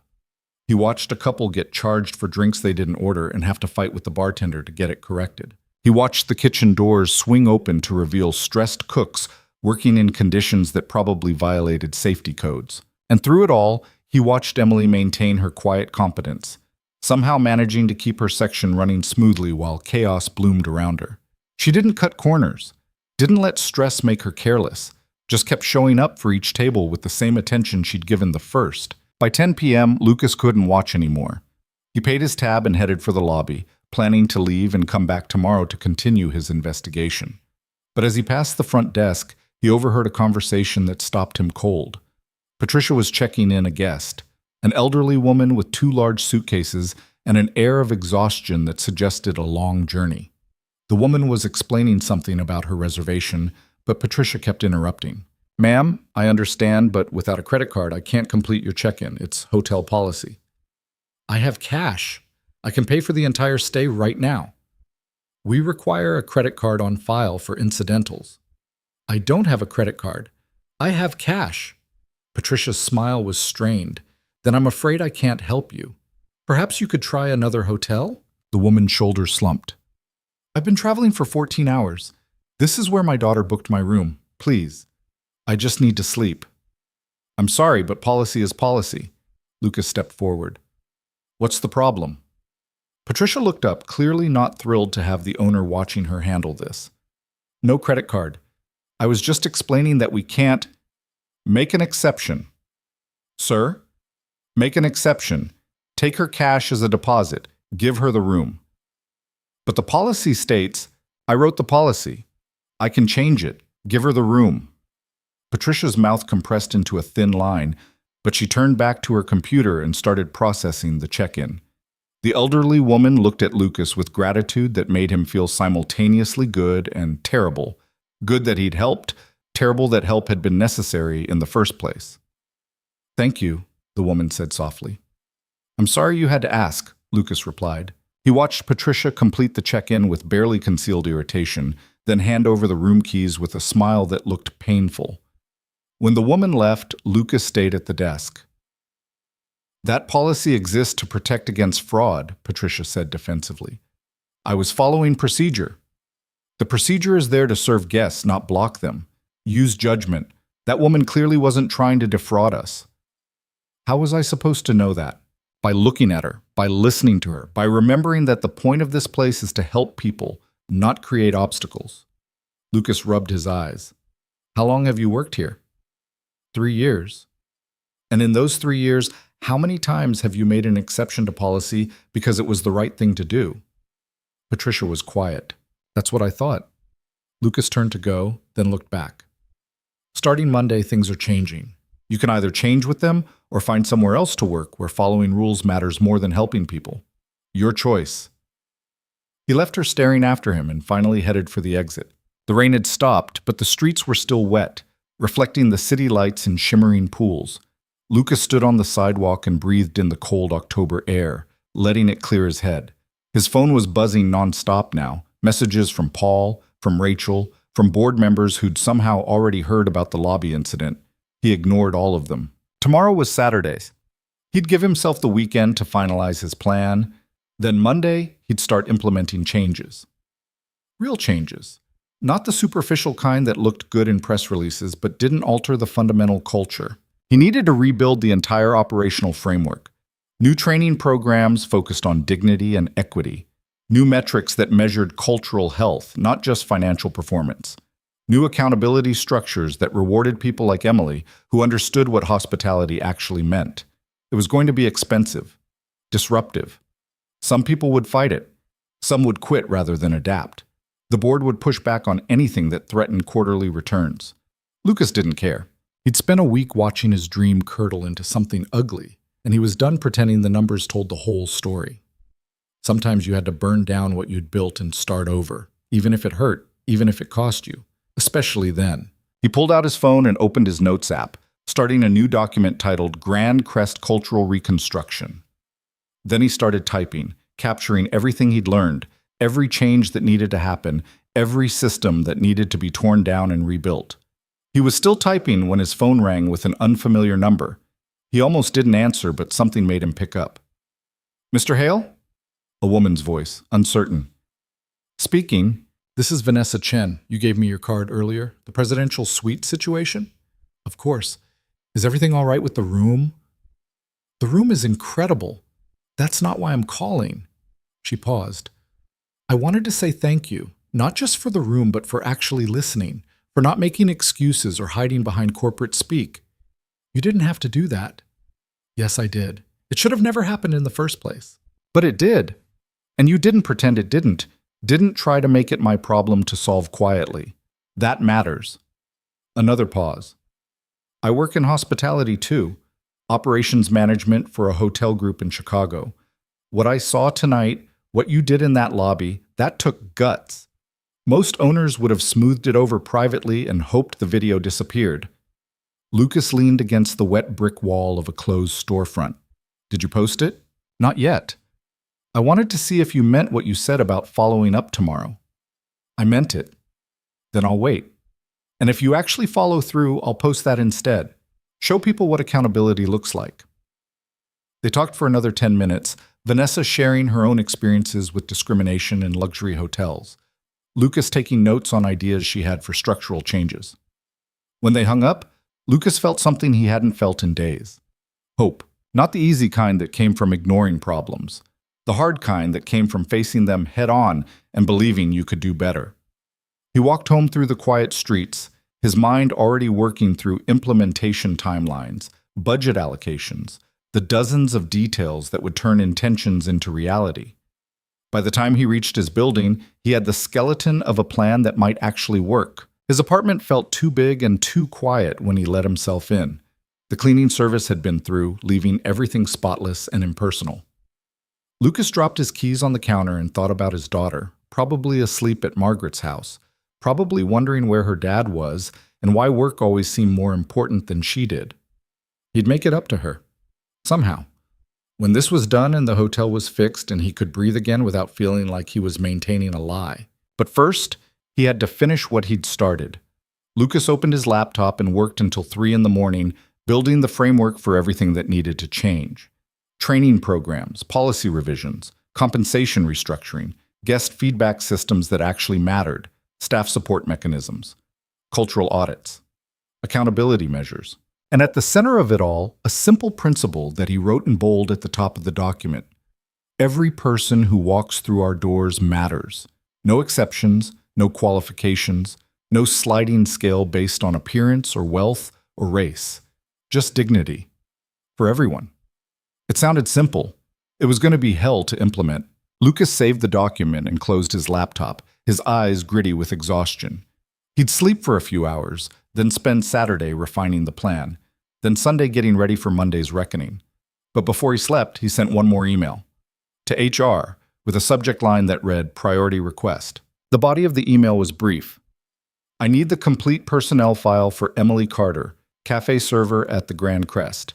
And I need a list of every employee who's been with us since opening who still maintains the standards we claim to value. I want to know who's been fighting to keep this place honest while I wasn't paying attention. By Monday morning. He hit send and finally let himself fall into bed. Monday was going to change everything. He just hoped he had the courage to see it through. Saturday morning arrived with weak sunlight filtering through Lucas's apartment windows, and he woke up feeling like he'd been hit by a truck. 3 hours of sleep wasn't enough, but his mind was already racing, pulling him out of bed and back to the laptop before he'd fully registered being awake. Emily Carter's personnel file sat in his inbox, delivered at 6 a.m. by an HR director who apparently didn't sleep either. Lucas opened it with coffee in hand, standing at his kitchen counter in sweatpants and yesterday's shirt. The file was thin. 2 years of employment, like she'd said. Hired initially for the breakfast shift at minimum wage plus tips. Promoted to full-time after 3 months with a note from her supervisor. Reliable, professional, guests respond well to her. 6 months later, another note. Never calls out. Willing to cover shifts. Should be considered for lead server position. But she'd never been promoted to lead. Lucas scanned through the performance reviews, all positive, all noting the same qualities. Dependable, courteous, attentive to detail. The kind of reviews that should have led somewhere but apparently hadn't. Then he found the incident reports. 3 of them over 2 years. The first one from 14 months ago, filed by Emily herself. A guest had grabbed her arm while she was clearing plates, pulled her close, and made what the report delicately termed inappropriate suggestions. The manager on duty that night had spoken to the guest, who'd apologized. Case closed. No follow-up about whether Emily felt safe returning to work. No mention of whether the guest faced any consequences beyond a conversation. The second report, 8 months ago. A different guest had followed Emily into the employee corridor after his meal, claiming he wanted to compliment her service personally. Another server had intervened before anything happened. The manager's note said, "Situation resolved. reminded staff about security protocols. Nothing about the guest being asked to leave or banned from the property. The third report was from 6 weeks ago, and Lucas's hands tightened on his coffee mug as he read it. A guest had left Emily a $100 tip with his phone number and a note that said, "Call me if you ever want to make real money." Emily had reported it because she felt uncomfortable, and the manager's response was documented. Explain to Ms. Carter that generous tips are appreciated gestures and she should not read anything inappropriate into guest kindness. No action required. Lucas set down the mug before he broke it. This wasn't just about discrimination based on appearance or race. This was about a complete failure to protect staff from harassment, wrapped up in language that made victims feel like they were the problem for noticing the harassment in the first place. He kept reading. Emily's employment application listed a previous job at a diner in Queens, 3 years, left because the restaurant closed. Before that, 2 years at a coffee shop. Steady employment history, references that checked out. Education listed as high school plus 2 years of community college, no degree completed.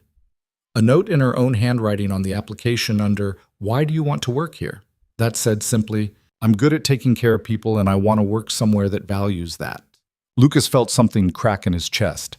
She'd come to the Grand Crest believing it was different, believing the marketing he'd put out into the world about dignity and respect and treating everyone like they mattered. And the hotel had taken that belief and slowly crushed it through 2 years of small betrayals and ignored complaints and managers who cared more about not making waves than protecting their staff. He opened the second email from HR. The list of employees who'd been with the Grand Crest since opening and still maintained high-performance standards. 15 names out of an original staff of over 200. 85% turnover in 8 years. The names that remained were mostly in housekeeping and maintenance, the positions that guests barely noticed and management often forgot about. Lucas recognized one name, Maria Gonzalez, head of housekeeping. He'd personally hired her during the renovation, impressed by her 20 years of experience and her firm handshake, and the way she'd looked him in the eye and said, "I don't work for hotels that cut corners. You cut corners. You disrespect the guests and the staff. You planning to cut corners?" He'd promised her then that the Grand Crest would be different, that they'd do it right.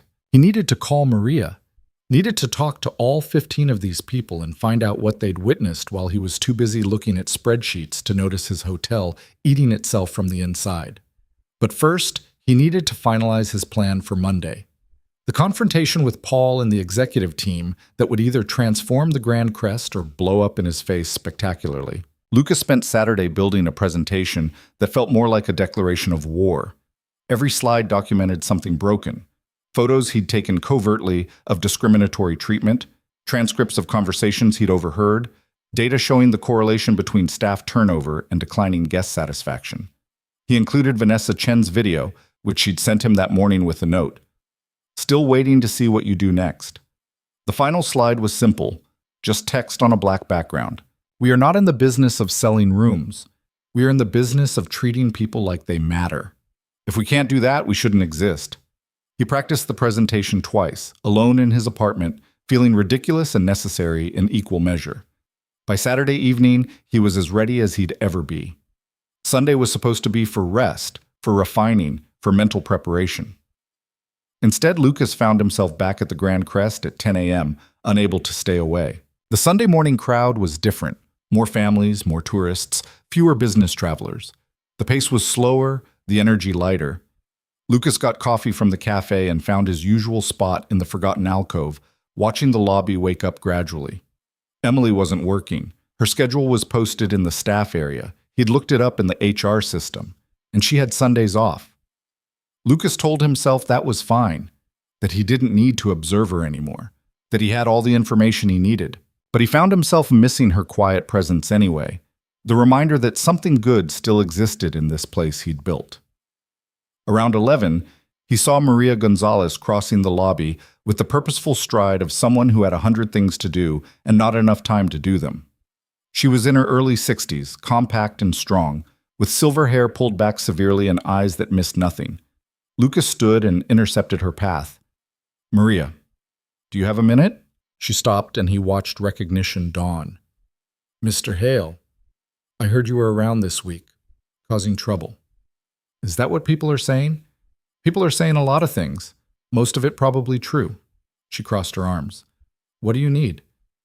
Your honest opinion about what's happened to this place. Maria studied him for a long moment, and Lucas had the uncomfortable feeling of being weighed and found wanting.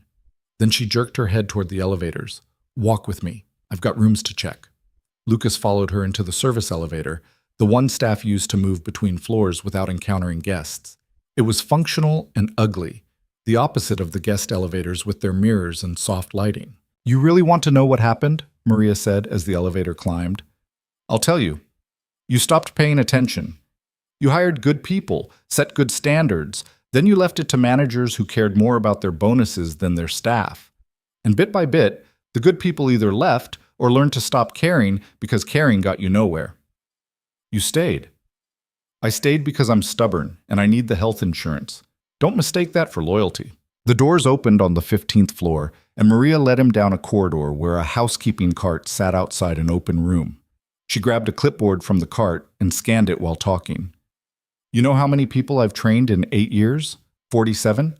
You know how many still work here? 3. The rest left because the pay is barely livable, the guests treat them like servants, and management acts like they're replaceable. What would it take to fix that? Maria looked up from her clipboard. You asking for real, or are you asking so you can feel better about ignoring it? For real. Higher wages, mandatory respect training for guests, and I mean real consequences when they cross lines, not just conversations. Staff support systems that actually function, and managers who understand that their job is to protect their people, not protect the hotel's reputation. She paused. Also, stop making us use cheap cleaning supplies that wreck our hands. We're not idiots. We know you're cutting costs on the stuff guests never see. Lucas pulled out his phone and opened his notes. Say that again, the part about cleaning supplies. Maria raised an eyebrow but repeated it, and Lucas typed it all down. Then he asked her to walk him through every cost-cutting measure she'd seen implemented in the last 3 years. Every complaint she'd filed that went nowhere.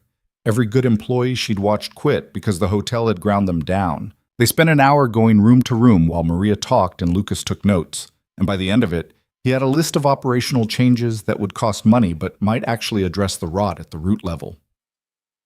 You really planning to do something about this? Maria asked when they were done. Tomorrow. Executive meeting. I'm going to present everything I found this week and demand immediate changes. They're going to fight you. I know. Some of them will quit rather than change. I'm counting on it. Maria smiled, and it was the first genuine warmth he'd seen from her. Good.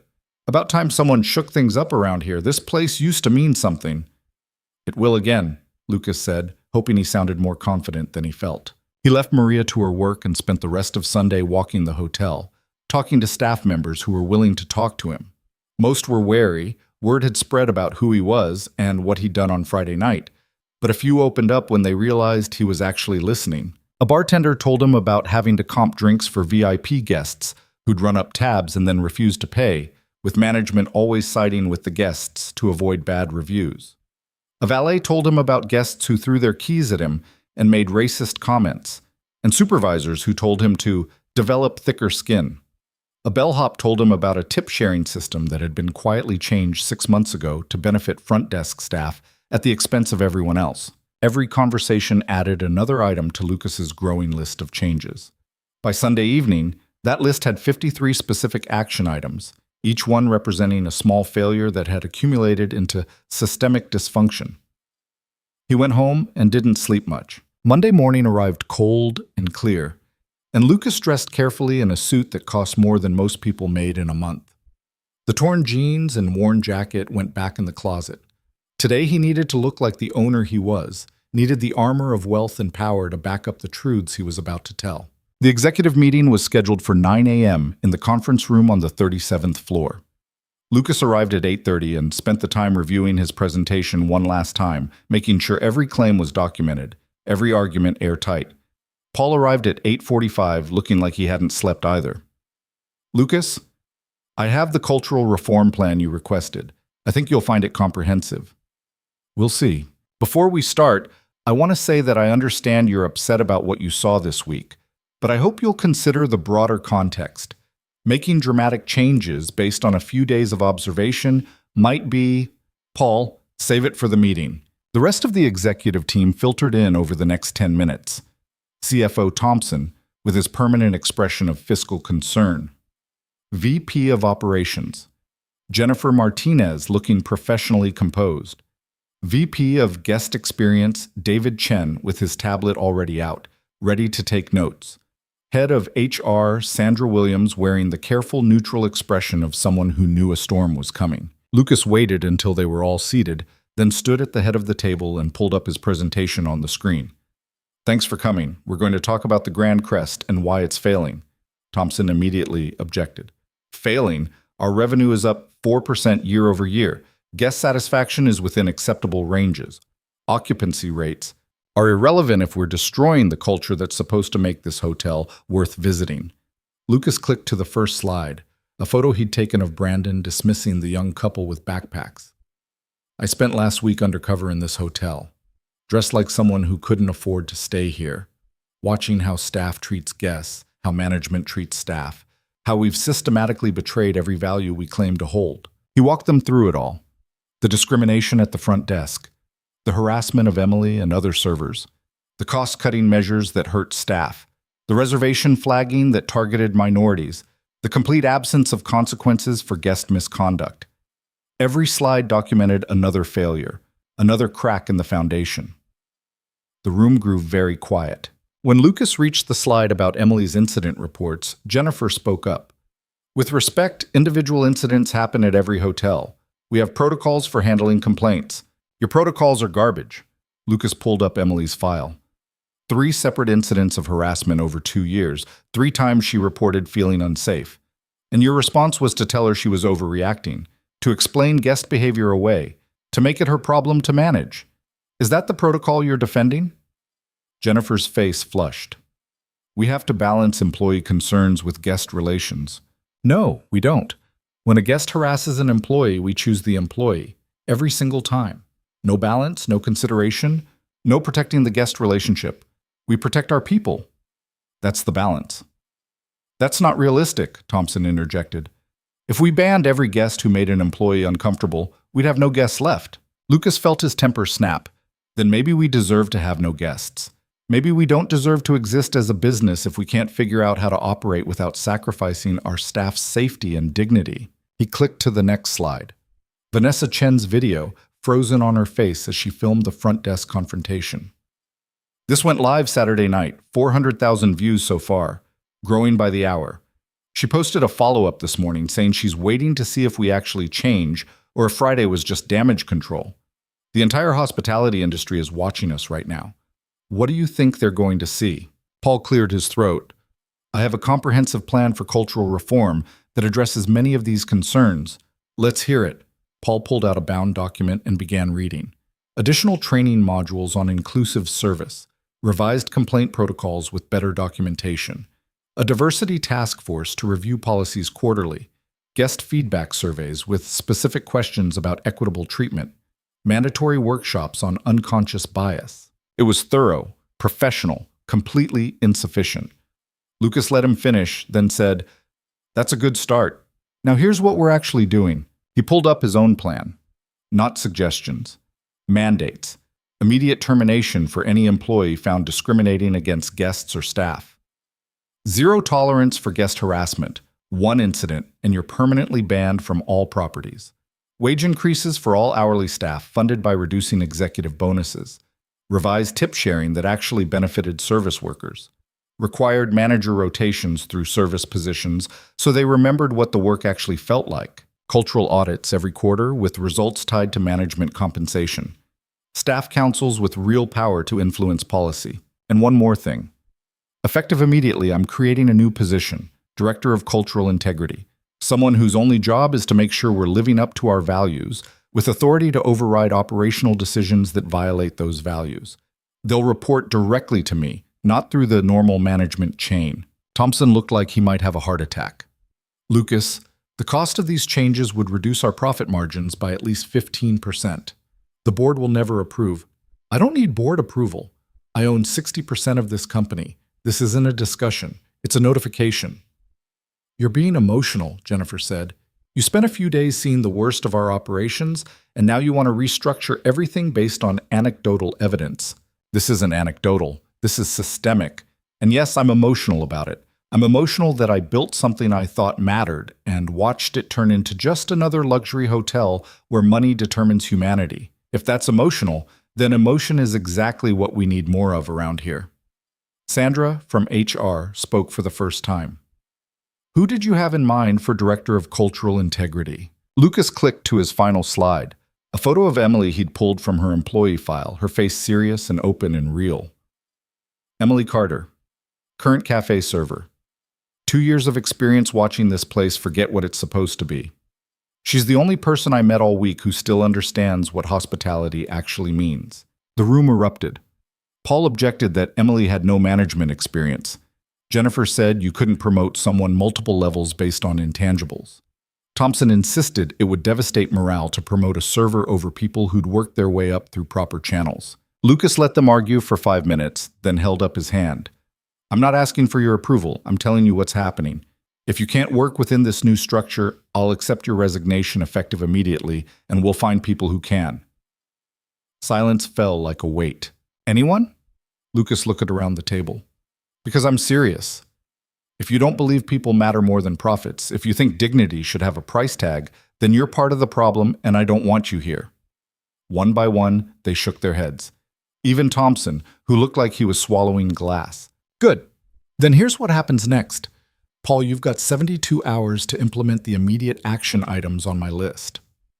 Jennifer, you're going to personally review every employee complaint from the last 3 years and prepare a report on which ones were mishandled. Thompson, you're going to find the money for wage increases without cutting staff. Sandra, you're going to draft the job description for Director of Cultural Integrity and have it ready by end of day. He paused. And I'm going to talk to Emily Carter about whether she's interested in saving this place from itself. Lucas dismissed the meeting and walked out before anyone could argue further, his heart hammering against his ribs. That had been brutal and necessary in equal measure, and he had no idea if it would actually work or if he'd just blown up his own company. But at least he'd tried. He took the elevator down to the lobby, then walked to the cafe. Monday morning service was in full swing, Emily moving through her section with the same quiet competence he'd observed all week. Lucas waited until she had a moment, then approached her station. Emily, can we talk? She looked up and he saw wariness flash across her face. I'm working. I know, this will just take a minute. If this is about me telling you to check out Friday nights, I wasn't trying to. It's not about that. I need to offer you a job. Emily blinked. I have a job. A different job. Director of Cultural Integrity. Full-time, salaried, benefits, office on the executive floor. Your job would be to make sure the Grand Crest actually lives up to the values it claims to have. She stared at him like he'd started speaking a different language. You're joking. I'm not joking. I just came from an executive meeting where I told my entire management team that we're implementing major cultural reforms and you're going to lead them. I'm a waitress. You're a person who understands what hospitality means. That's more important than any management degree. Lucas pulled out a chair at the nearest empty table. Sit with me for a minute, please. Emily glanced at her section, saw that everyone was settled, then sat down carefully on the edge of the chair like she might need to bolt at any moment. Lucas sat across from her. I read your personnel file, the incident reports, the reviews, everything. You've been trying to do this job the right way for 2 years while management failed you over and over again. I want to give you the authority to make sure that stops happening, to everyone. I don't know anything about running a department. You know when something is wrong. You know when people are being mistreated. You know what dignity looks like in practice. Everything else we can teach you. Emily was quiet for a long moment, her hands folded on the table. When she spoke, her voice was soft but steady. Why me? Because you carry safety pins in your apron. Because you kneel down to help crying kids even when no one's watching. Because you've been harassed and dismissed and undervalued, and you still show up every day choosing to treat people with respect. That's not just good service, that's character. And character is what this place needs. I barely finished community college. I don't care about your credentials. I care about whether you can look at how this hotel operates and see what needs to change. Can you do that? She met his eyes, and Lucas saw something shift in her expression. calculation giving way to something that looked like careful hope. You're really serious about this. I've never been more serious about anything. What if I'm not good at it? What if I fail? Then you'll fail trying to make things better, which is more than most people can say. Lucas leaned forward. Look, I'm not going to lie to you. This job will be hard. You'll be fighting against systems that have been in place for years. People will resent you for being promoted over them. Some staff will think you've sold out. Some managers will think you don't belong. But you'll have my full support and the authority to make real changes. The question is whether you're willing to try. Emily looked down at her hands, and Lucas saw them trembling slightly. Can I think about it? Of course. Take until end of day. But Emily? He waited until she looked up. This isn't charity. This isn't me feeling sorry for you. This is me recognizing that you're exactly what the Grand Crest needs, what I need, someone who still believes service means something. She nodded slowly, then stood. I should get back to my tables. Of course. Lucas watched her walk away, her posture straight despite the visible uncertainty in her movements. He had no idea if she'd accept, if she'd even believe the offer was real, but he'd meant every word. The Grand Crest needed someone who understood that hospitality wasn't about marble floors and crystal chandeliers. It was about seeing people and responding to who they were, not what they looked like or how much money they had. It was about safety pins and small kindnesses and the belief that everyone deserved dignity. Emily understood that in her bones. Now Lucas just had to convince her that understanding was worth building a career on. He left the cafe and spent the rest of Monday implementing the immediate changes he'd mandated. He personally delivered Brandon's termination papers, ignoring the man's protests about unfair treatment. He sat with Maria Gonzalez and approved her entire list of supply upgrades. He met with every department head and made it clear that the new policies weren't suggestions, they were requirements, and failure to implement them was a resignation. By 5 p.m., Lucas was exhausted and wired in equal measure. He was back in his office when his phone buzzed with a text from an unknown number. It's Emily. How did you get my number? Lucas smiled and typed back, HR file. Sorry if that's creepy. 3 dots appeared, disappeared, reappeared. Then, it's a little creepy. But I guess you're the boss. Another pause. Then, can we talk more about the job? Not in the cafe, somewhere private, Lucas replied. My office. 37th floor. Come up whenever you're ready. 20 minutes later, his assistant knocked and announced Emily Carter. Lucas stood as she entered, watching her take in the office with wide eyes. The floor-to-ceiling windows overlooking Central Park, the furniture that probably cost more than she made in a year, all the trappings of wealth and power that must seem impossible from where she stood. Nice view, she said quietly. It's better from down in the lobby. More honest. Lucas gestured to the chairs by the window. Please, sit. Emily sat, and Lucas took the chair across from her rather than retreating behind his desk. Equal footing, or as close as they could get given the circumstances. I'm scared, Emily said suddenly. Of this job, of failing, of becoming one of those people who forgets what it's like to actually serve tables and deal with difficult guests. That's good. Fear means you understand what you're taking on. Lucas leaned back. Can I tell you what I'm scared of? She nodded. I'm scared that I've broken something I can't fix, that the changes I'm trying to make are too little, too late, that even with new policies and new leadership, the damage to this place's culture is permanent. He paused. But I'm more scared of not trying, of letting the Grand Crest keep operating this way because changing it is hard. Emily was quiet, her hands folded in her lap, her expression thoughtful. Finally, she said, If I take this job, I want to do it right. I want authority to actually make changes, not just suggest them and watch them get ignored. You'll have it. Direct reporting line to me. Budget for training and programs. Power to override operational decisions that conflict with our values. And if I make mistakes, you'll make mistakes. We'll learn from them. Together. Lucas met her eyes. I'm not looking for perfection, Emily. I'm looking for someone who gives a damn. Do you? She smiled, small and uncertain but real. Yeah, I give a damn. Then is that a yes? Emily took a deep breath, held it, then let it out slowly. It's a yes, on one condition. Name it. You promise me that if I tell you something is wrong, even if it's expensive or inconvenient or makes the board angry, you'll listen, really listen. Not just patronize me and do what you were going to do anyway. Lucas extended his hand. I promise, you have my word. She shook his hand, her grip firm despite the tremor he felt running through her fingers. Then I'm in. When do I start? How about now? We've got a hotel to rebuild. 3 months later, Lucas stood in the same forgotten alcove near the elevators where he'd first watched his hotel reveal its true nature and tried to figure out if anything had actually changed. The lobby looked the same. Marble floors still gleamed under crystal chandeliers. Guests still moved through the space with the particular purpose of people who had places to be. The cafe still served excellent coffee. On the surface, the Grand Crest appeared identical to the version that had existed before Lucas's week-long investigation. But surfaces lied. Lucas had learned that the hard way. The first month after Emily's promotion had been brutal.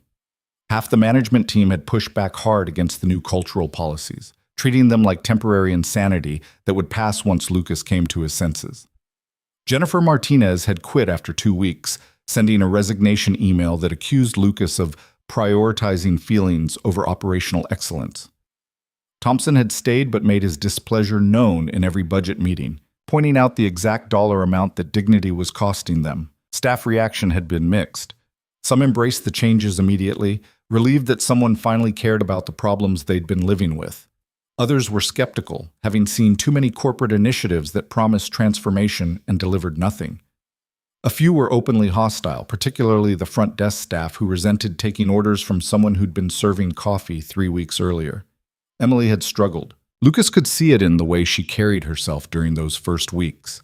Shoulders tight with tension, doubt creeping into her voice during meetings, the constant second-guessing of someone who'd been handed authority without the credentials to back it up.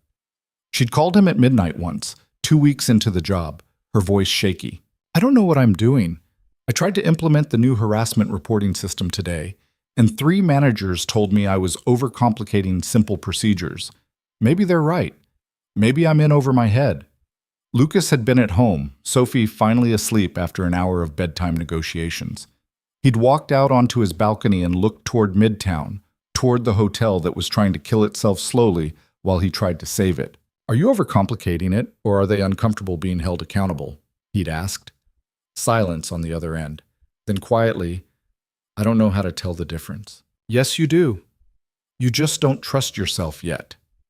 Lucas had leaned against the railing, cold November air cutting through his shirt.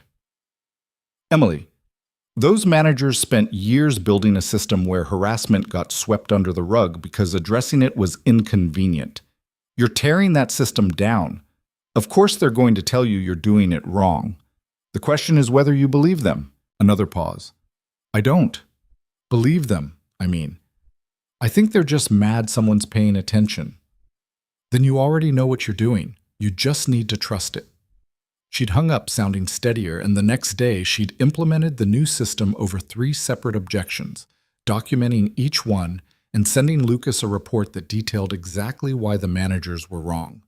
She was learning, slowly, painfully, but learning. The second month brought different challenges. Word had spread through the hospitality industry about what Lucas was doing at the Grand Crest, and opinions were sharply divided. Some competitors called him naive, predicting the hotel would hemorrhage money and fail within a year. Others were quietly watching, curious whether you could actually run a luxury property on principles instead of profit margins. Vanessa Chen had posted her follow-up video. 600,000 views.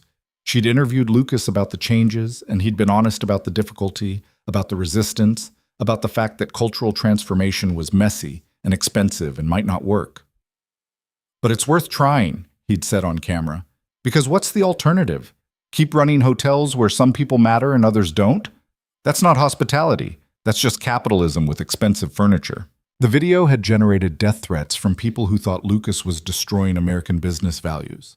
It had also generated job applications from service workers across the country who wanted to work somewhere that might actually value them. Emily had been the one to sort through those applications, identifying candidates who understood service as calling rather than just employment.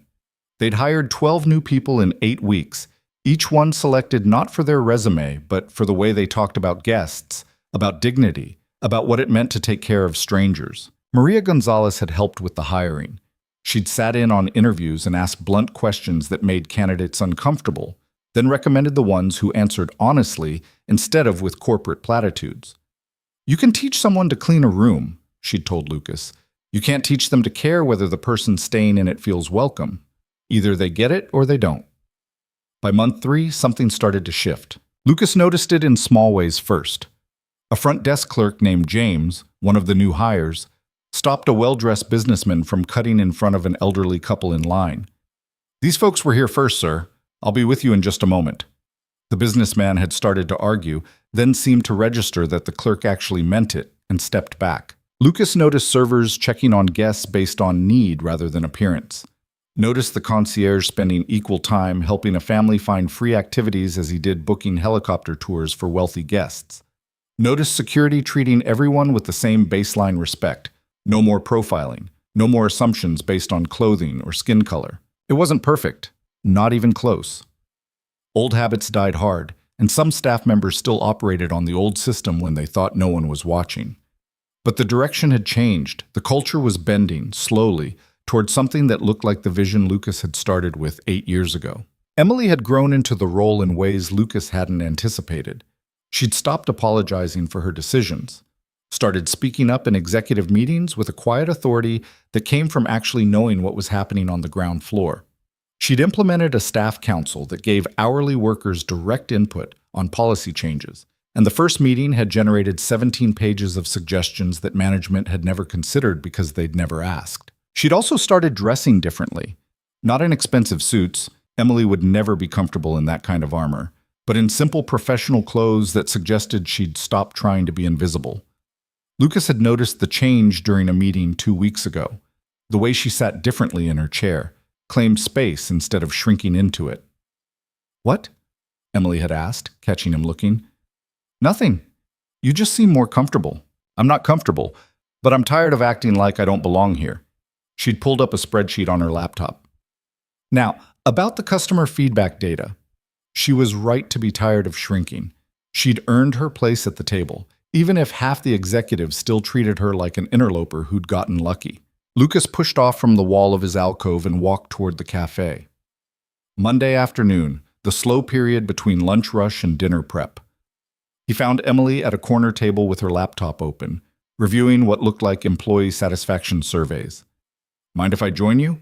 he asked. Emily looked up and smiled. A real smile. Not the careful one she'd worn during those first weeks. "It's your hotel." "It's our hotel." Lucas sat down. "How are the surveys looking?" "Better than I expected. 82% of staff say they feel more supported than they did 3 months ago. 76% say they've noticed positive changes in how guests are treated. 64% say they feel comfortable reporting problems without fear of retaliation. And the other 36%, either still skeptical or working in departments where their managers haven't bought in yet." Emily turned the laptop so he could see the breakdown. "Reservations and finance are our problem areas. They're still operating on the old metrics, still prioritizing efficiency over equity." Lucas scanned the data, noting the patterns. "We need to replace those department heads." "Already working on it, but finding people who have the technical skills and the right values is harder than I thought. Take your time. Better to leave positions empty than fill them with people who'll undermine what we're building." Emily nodded and closed the laptop. "Can I ask you something?" "Always." "Do you regret it? Blowing everything up like you did?" "The board is still furious. Revenue is down 8%. Every quarterly report, Thompson gives you that look like he's watching you ruin your own company." Lucas thought about it. The honest answer was complicated. "I regret that it took me so long to see what was happening. I regret that people like you had to suffer through years of harassment and indifference while I was congratulating myself on running successful hotels. But do I regret trying to fix it? No. Even if it costs us money. Even if some people never forgive me for it.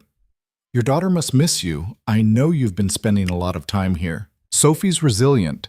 She's also 7, which means she's mostly concerned with whether I remember to pack the right snacks and if we can get a dog."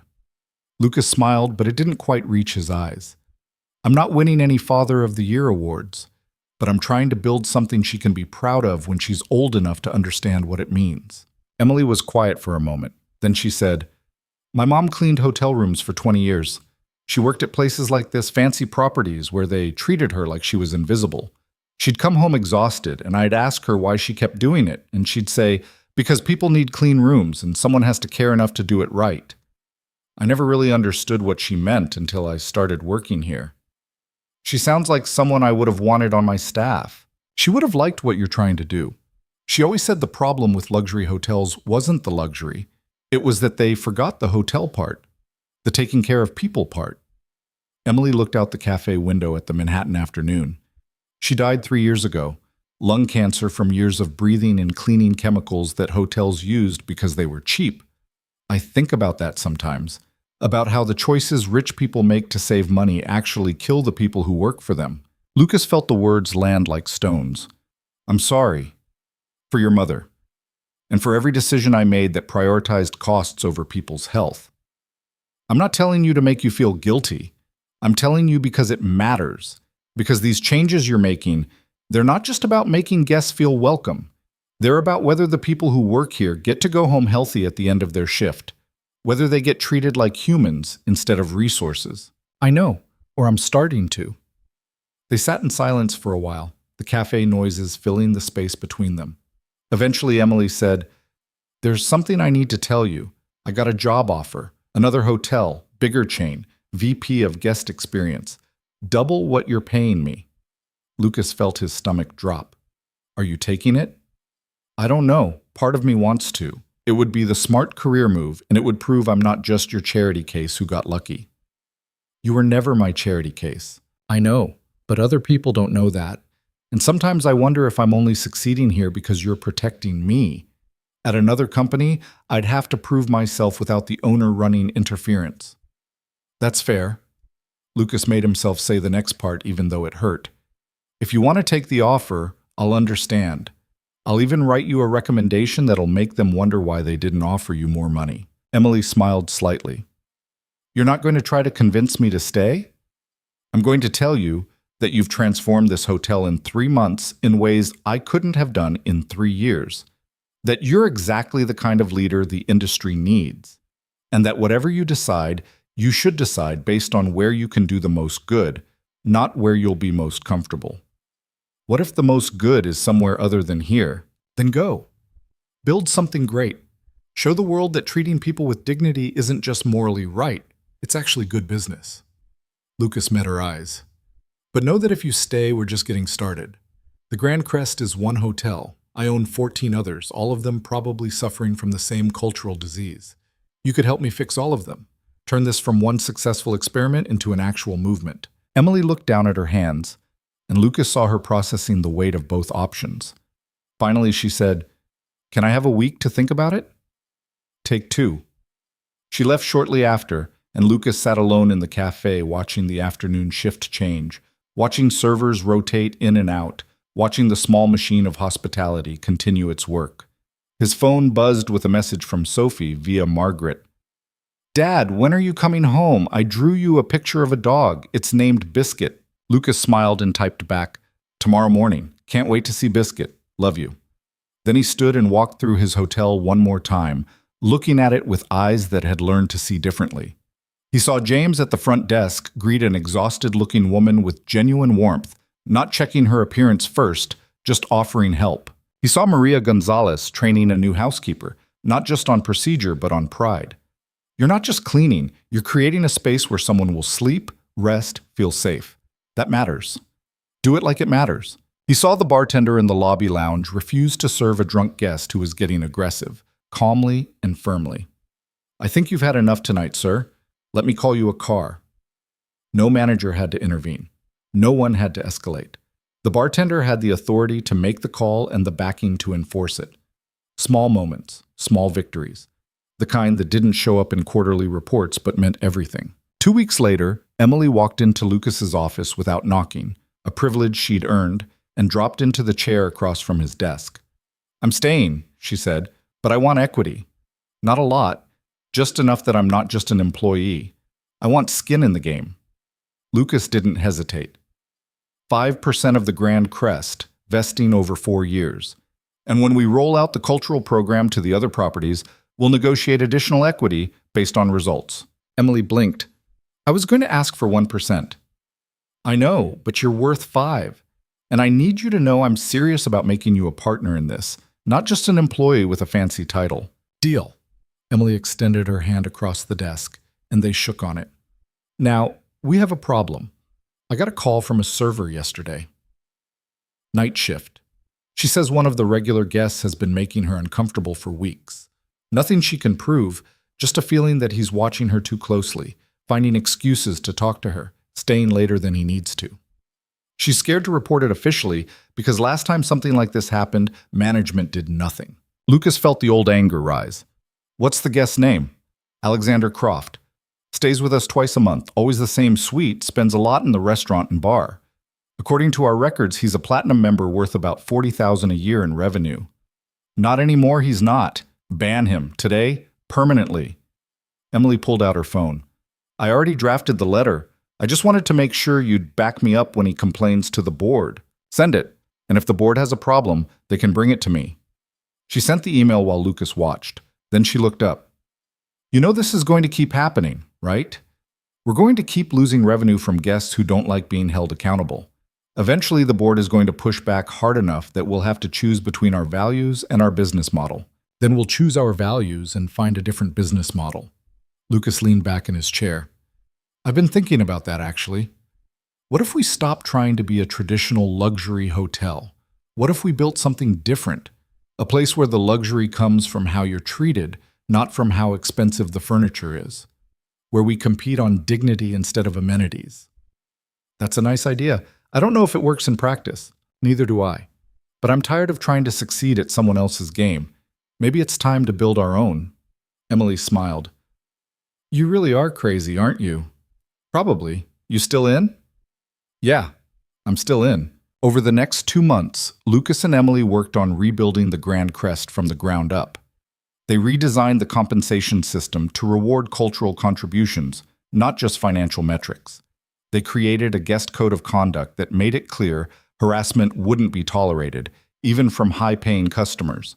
They implemented a system where staff could anonymously flag concerns and receive guaranteed responses within 24 hours. Some guests left. The ones who valued being able to treat staff badly more than they valued good service. Lucas watched the revenue numbers drop and refused to panic. Better to lose money than lose their humanity. But something unexpected happened. New guests started coming. People who'd heard about the Grand Crest transformation and wanted to support it. Families who were tired of staying at hotels where their kids watched adults be casually cruel to service workers. Business travelers who valued being treated with respect regardless of their position or appearance. The revenue didn't return to previous levels, but it stabilized at a place Lucas could live with. More importantly, staff turnover dropped to almost nothing. People stopped quitting, started telling their friends about job openings. The quality of applicants improved dramatically once word spread that the Grand Crest actually meant it about treating employees well. Productivity went up. Sick days went down. Guest satisfaction scores climbed steadily as service improved from people who actually wanted to be there. Thompson grudgingly admitted in a quarterly meeting that the financial picture was better than he'd predicted, though he still thought they were leaving money on the table by coddling staff and guests. We're not coddling anyone, Emily had responded coolly. We're treating them like human beings. If that feels like coddling to you, maybe examine why basic dignity seems excessive. Thompson had shut up after that. By the start of the new year, Lucas felt like they'd turned a corner. The Grand Crest wasn't perfect. Perfection was impossible with hundreds of people and thousands of daily interactions. But it was better, genuinely, measurably better. He was in his office on a Thursday afternoon when Emily appeared in the doorway with an unusual expression on her face. You need to come to the lobby, she said. Now. Lucas stood immediately, reading the urgency in her tone. What's wrong? Nothing's wrong. Just come. He followed her down to the lobby, where a small crowd had gathered near the front desk. As Lucas approached, he saw what had drawn their attention. A young couple with backpacks and worn clothes were checking in. The same couple Lucas had watched Brandon dismiss to the standard room queue months ago, and James, the front desk clerk, was treating them like they owned the place. "I've upgraded you to a deluxe king suite with park views, complimentary," James was saying. "We appreciate you choosing to stay with us. How was your flight?" The couple looked stunned. The woman said, "Our flight was fine, but you don't have to upgrade us. We're happy with whatever room." "I insist. You're celebrating your anniversary, according to your reservation notes. That deserves something special." James handed over the keys with a genuine smile. "And there's a bottle of champagne waiting in your room. On the house." Lucas watched the couple walk toward the elevators, dazed and happy, and felt something loosen in his chest. Emily appeared at his shoulder. James did that on his own. No one told him to. He just saw young people celebrating something important and decided to make it special. That's not policy. That's culture. Lucas nodded, not trusting his voice. "You did it," Emily continued quietly. "You actually changed things.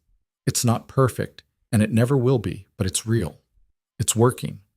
"We did it," Lucas corrected. "I just pointed out the problem. You built the solution." "We built it together." Emily pulled out her phone. "Also, I need to show you something. Remember Vanessa Chen? She just posted another video." Emily played it on her phone. Vanessa was back at the Grand Crest, this time as a regular guest, and she'd filmed her entire stay. The video showed staff treating everyone with equal respect, showed the new harassment reporting posters in employee areas, showed the diversity in both staff and guests, showed the small moments of kindness that happened when culture actually valued dignity. "This is what accountability looks like," Vanessa said to the camera. Lucas Hale didn't just apologize. He burned down the system that allowed discrimination and rebuilt something better. It cost him money and relationships and probably some sleepless nights. But he did it anyway. And now the Grand Crest is the kind of place everyone deserves, but most people never get. A place where you're treated like you matter, no matter who you are. The video had 2 million views. Lucas handed the phone back to Emily. "That's going to generate a lot of attention." "It already has. I've gotten calls from 3 other hotel chains asking if we'd consult on their cultural reforms. And 2 business schools want to do case studies on what we're doing here." "What did you tell them?" "I told them to call you. This is your story to tell." "No," Lucas said. "It is our story. And the story is that fixing broken culture is possible, but only if you're willing to lose everything to do it right." Emily smiled. "That's a terrible sales pitch." "Good thing we're not selling anything. We're building something." Lucas looked around the lobby, watching the machine of hospitality work the way it was supposed to.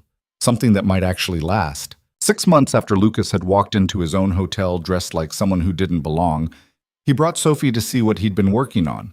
She was 7.5 now, curious about why her dad had been spending so much time at work, and whether it was as important as he claimed. They walked through the lobby together, Lucas holding her hand, pointing out the small changes that added up to something significant.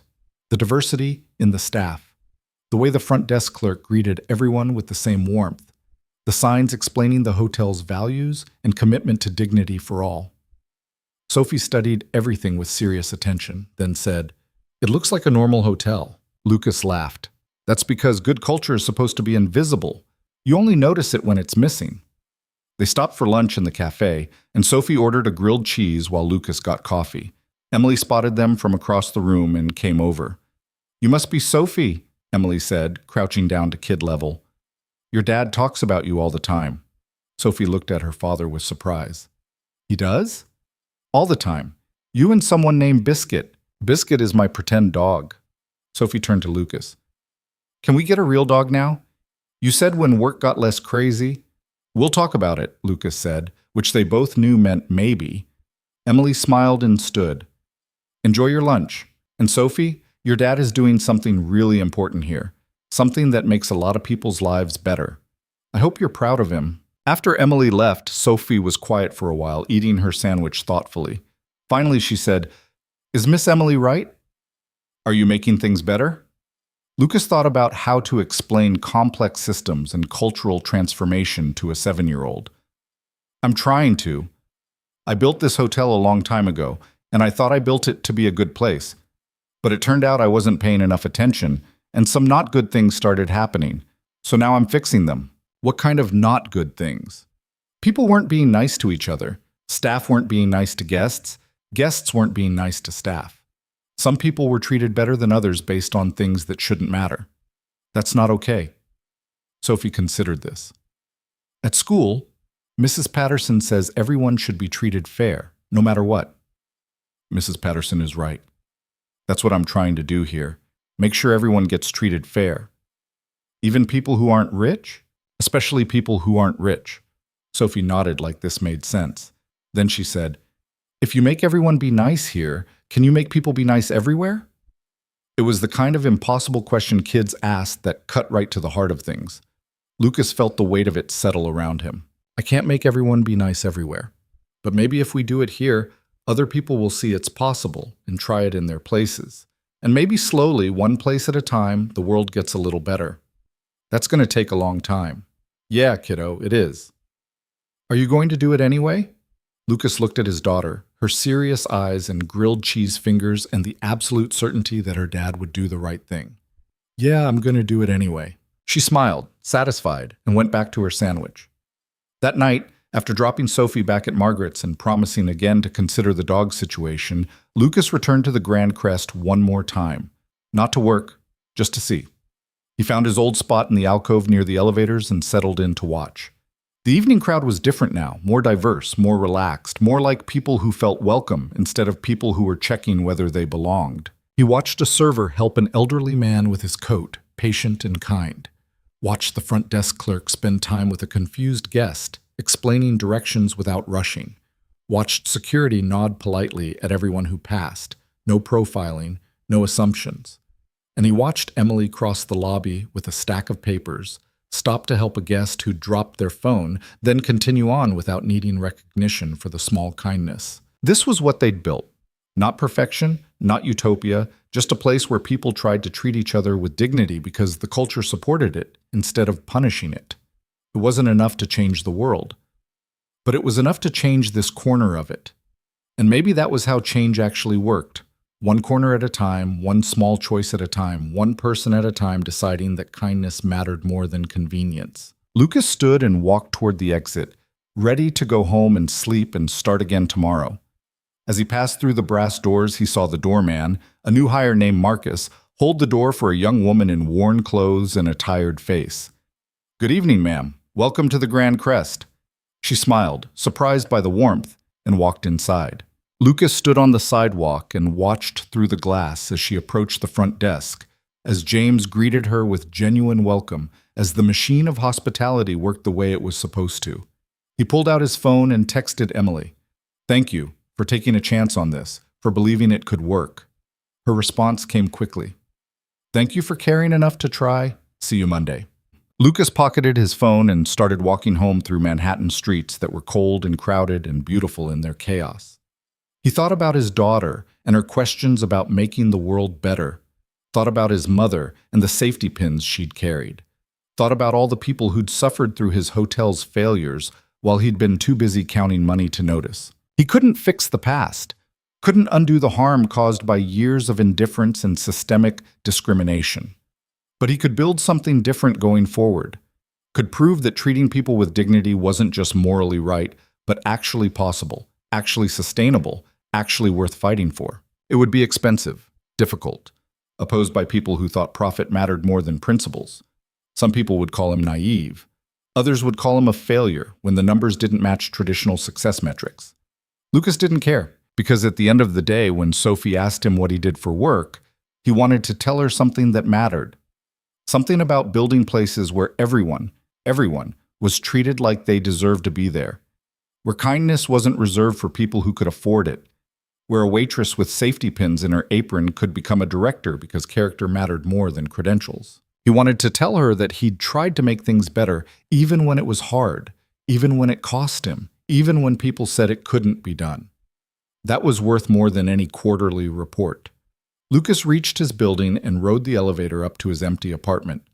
He poured a glass of water and stood at the window looking out over the city, over the thousands of lit windows containing thousands of lives he'd never know. Somewhere out there, someone was working a service job and being treated badly.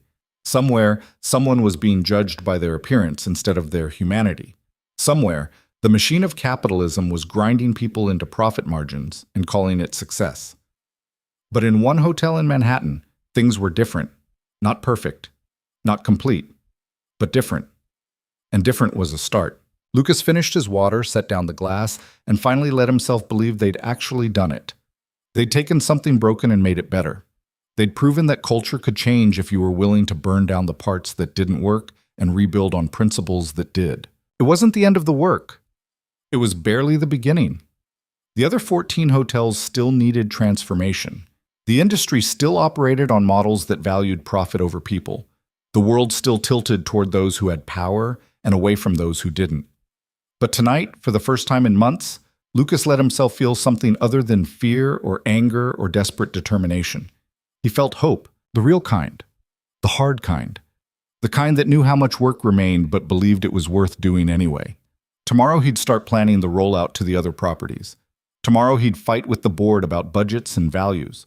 Tomorrow he'd navigate all the impossible complexity of trying to run a business on principles instead of just profit. But tonight, he'd sleep knowing that when a man in worn clothes walked into the Grand Crest, someone would greet him with the same warmth they'd show anyone else. That when a little girl dropped her toy, someone would kneel down to help.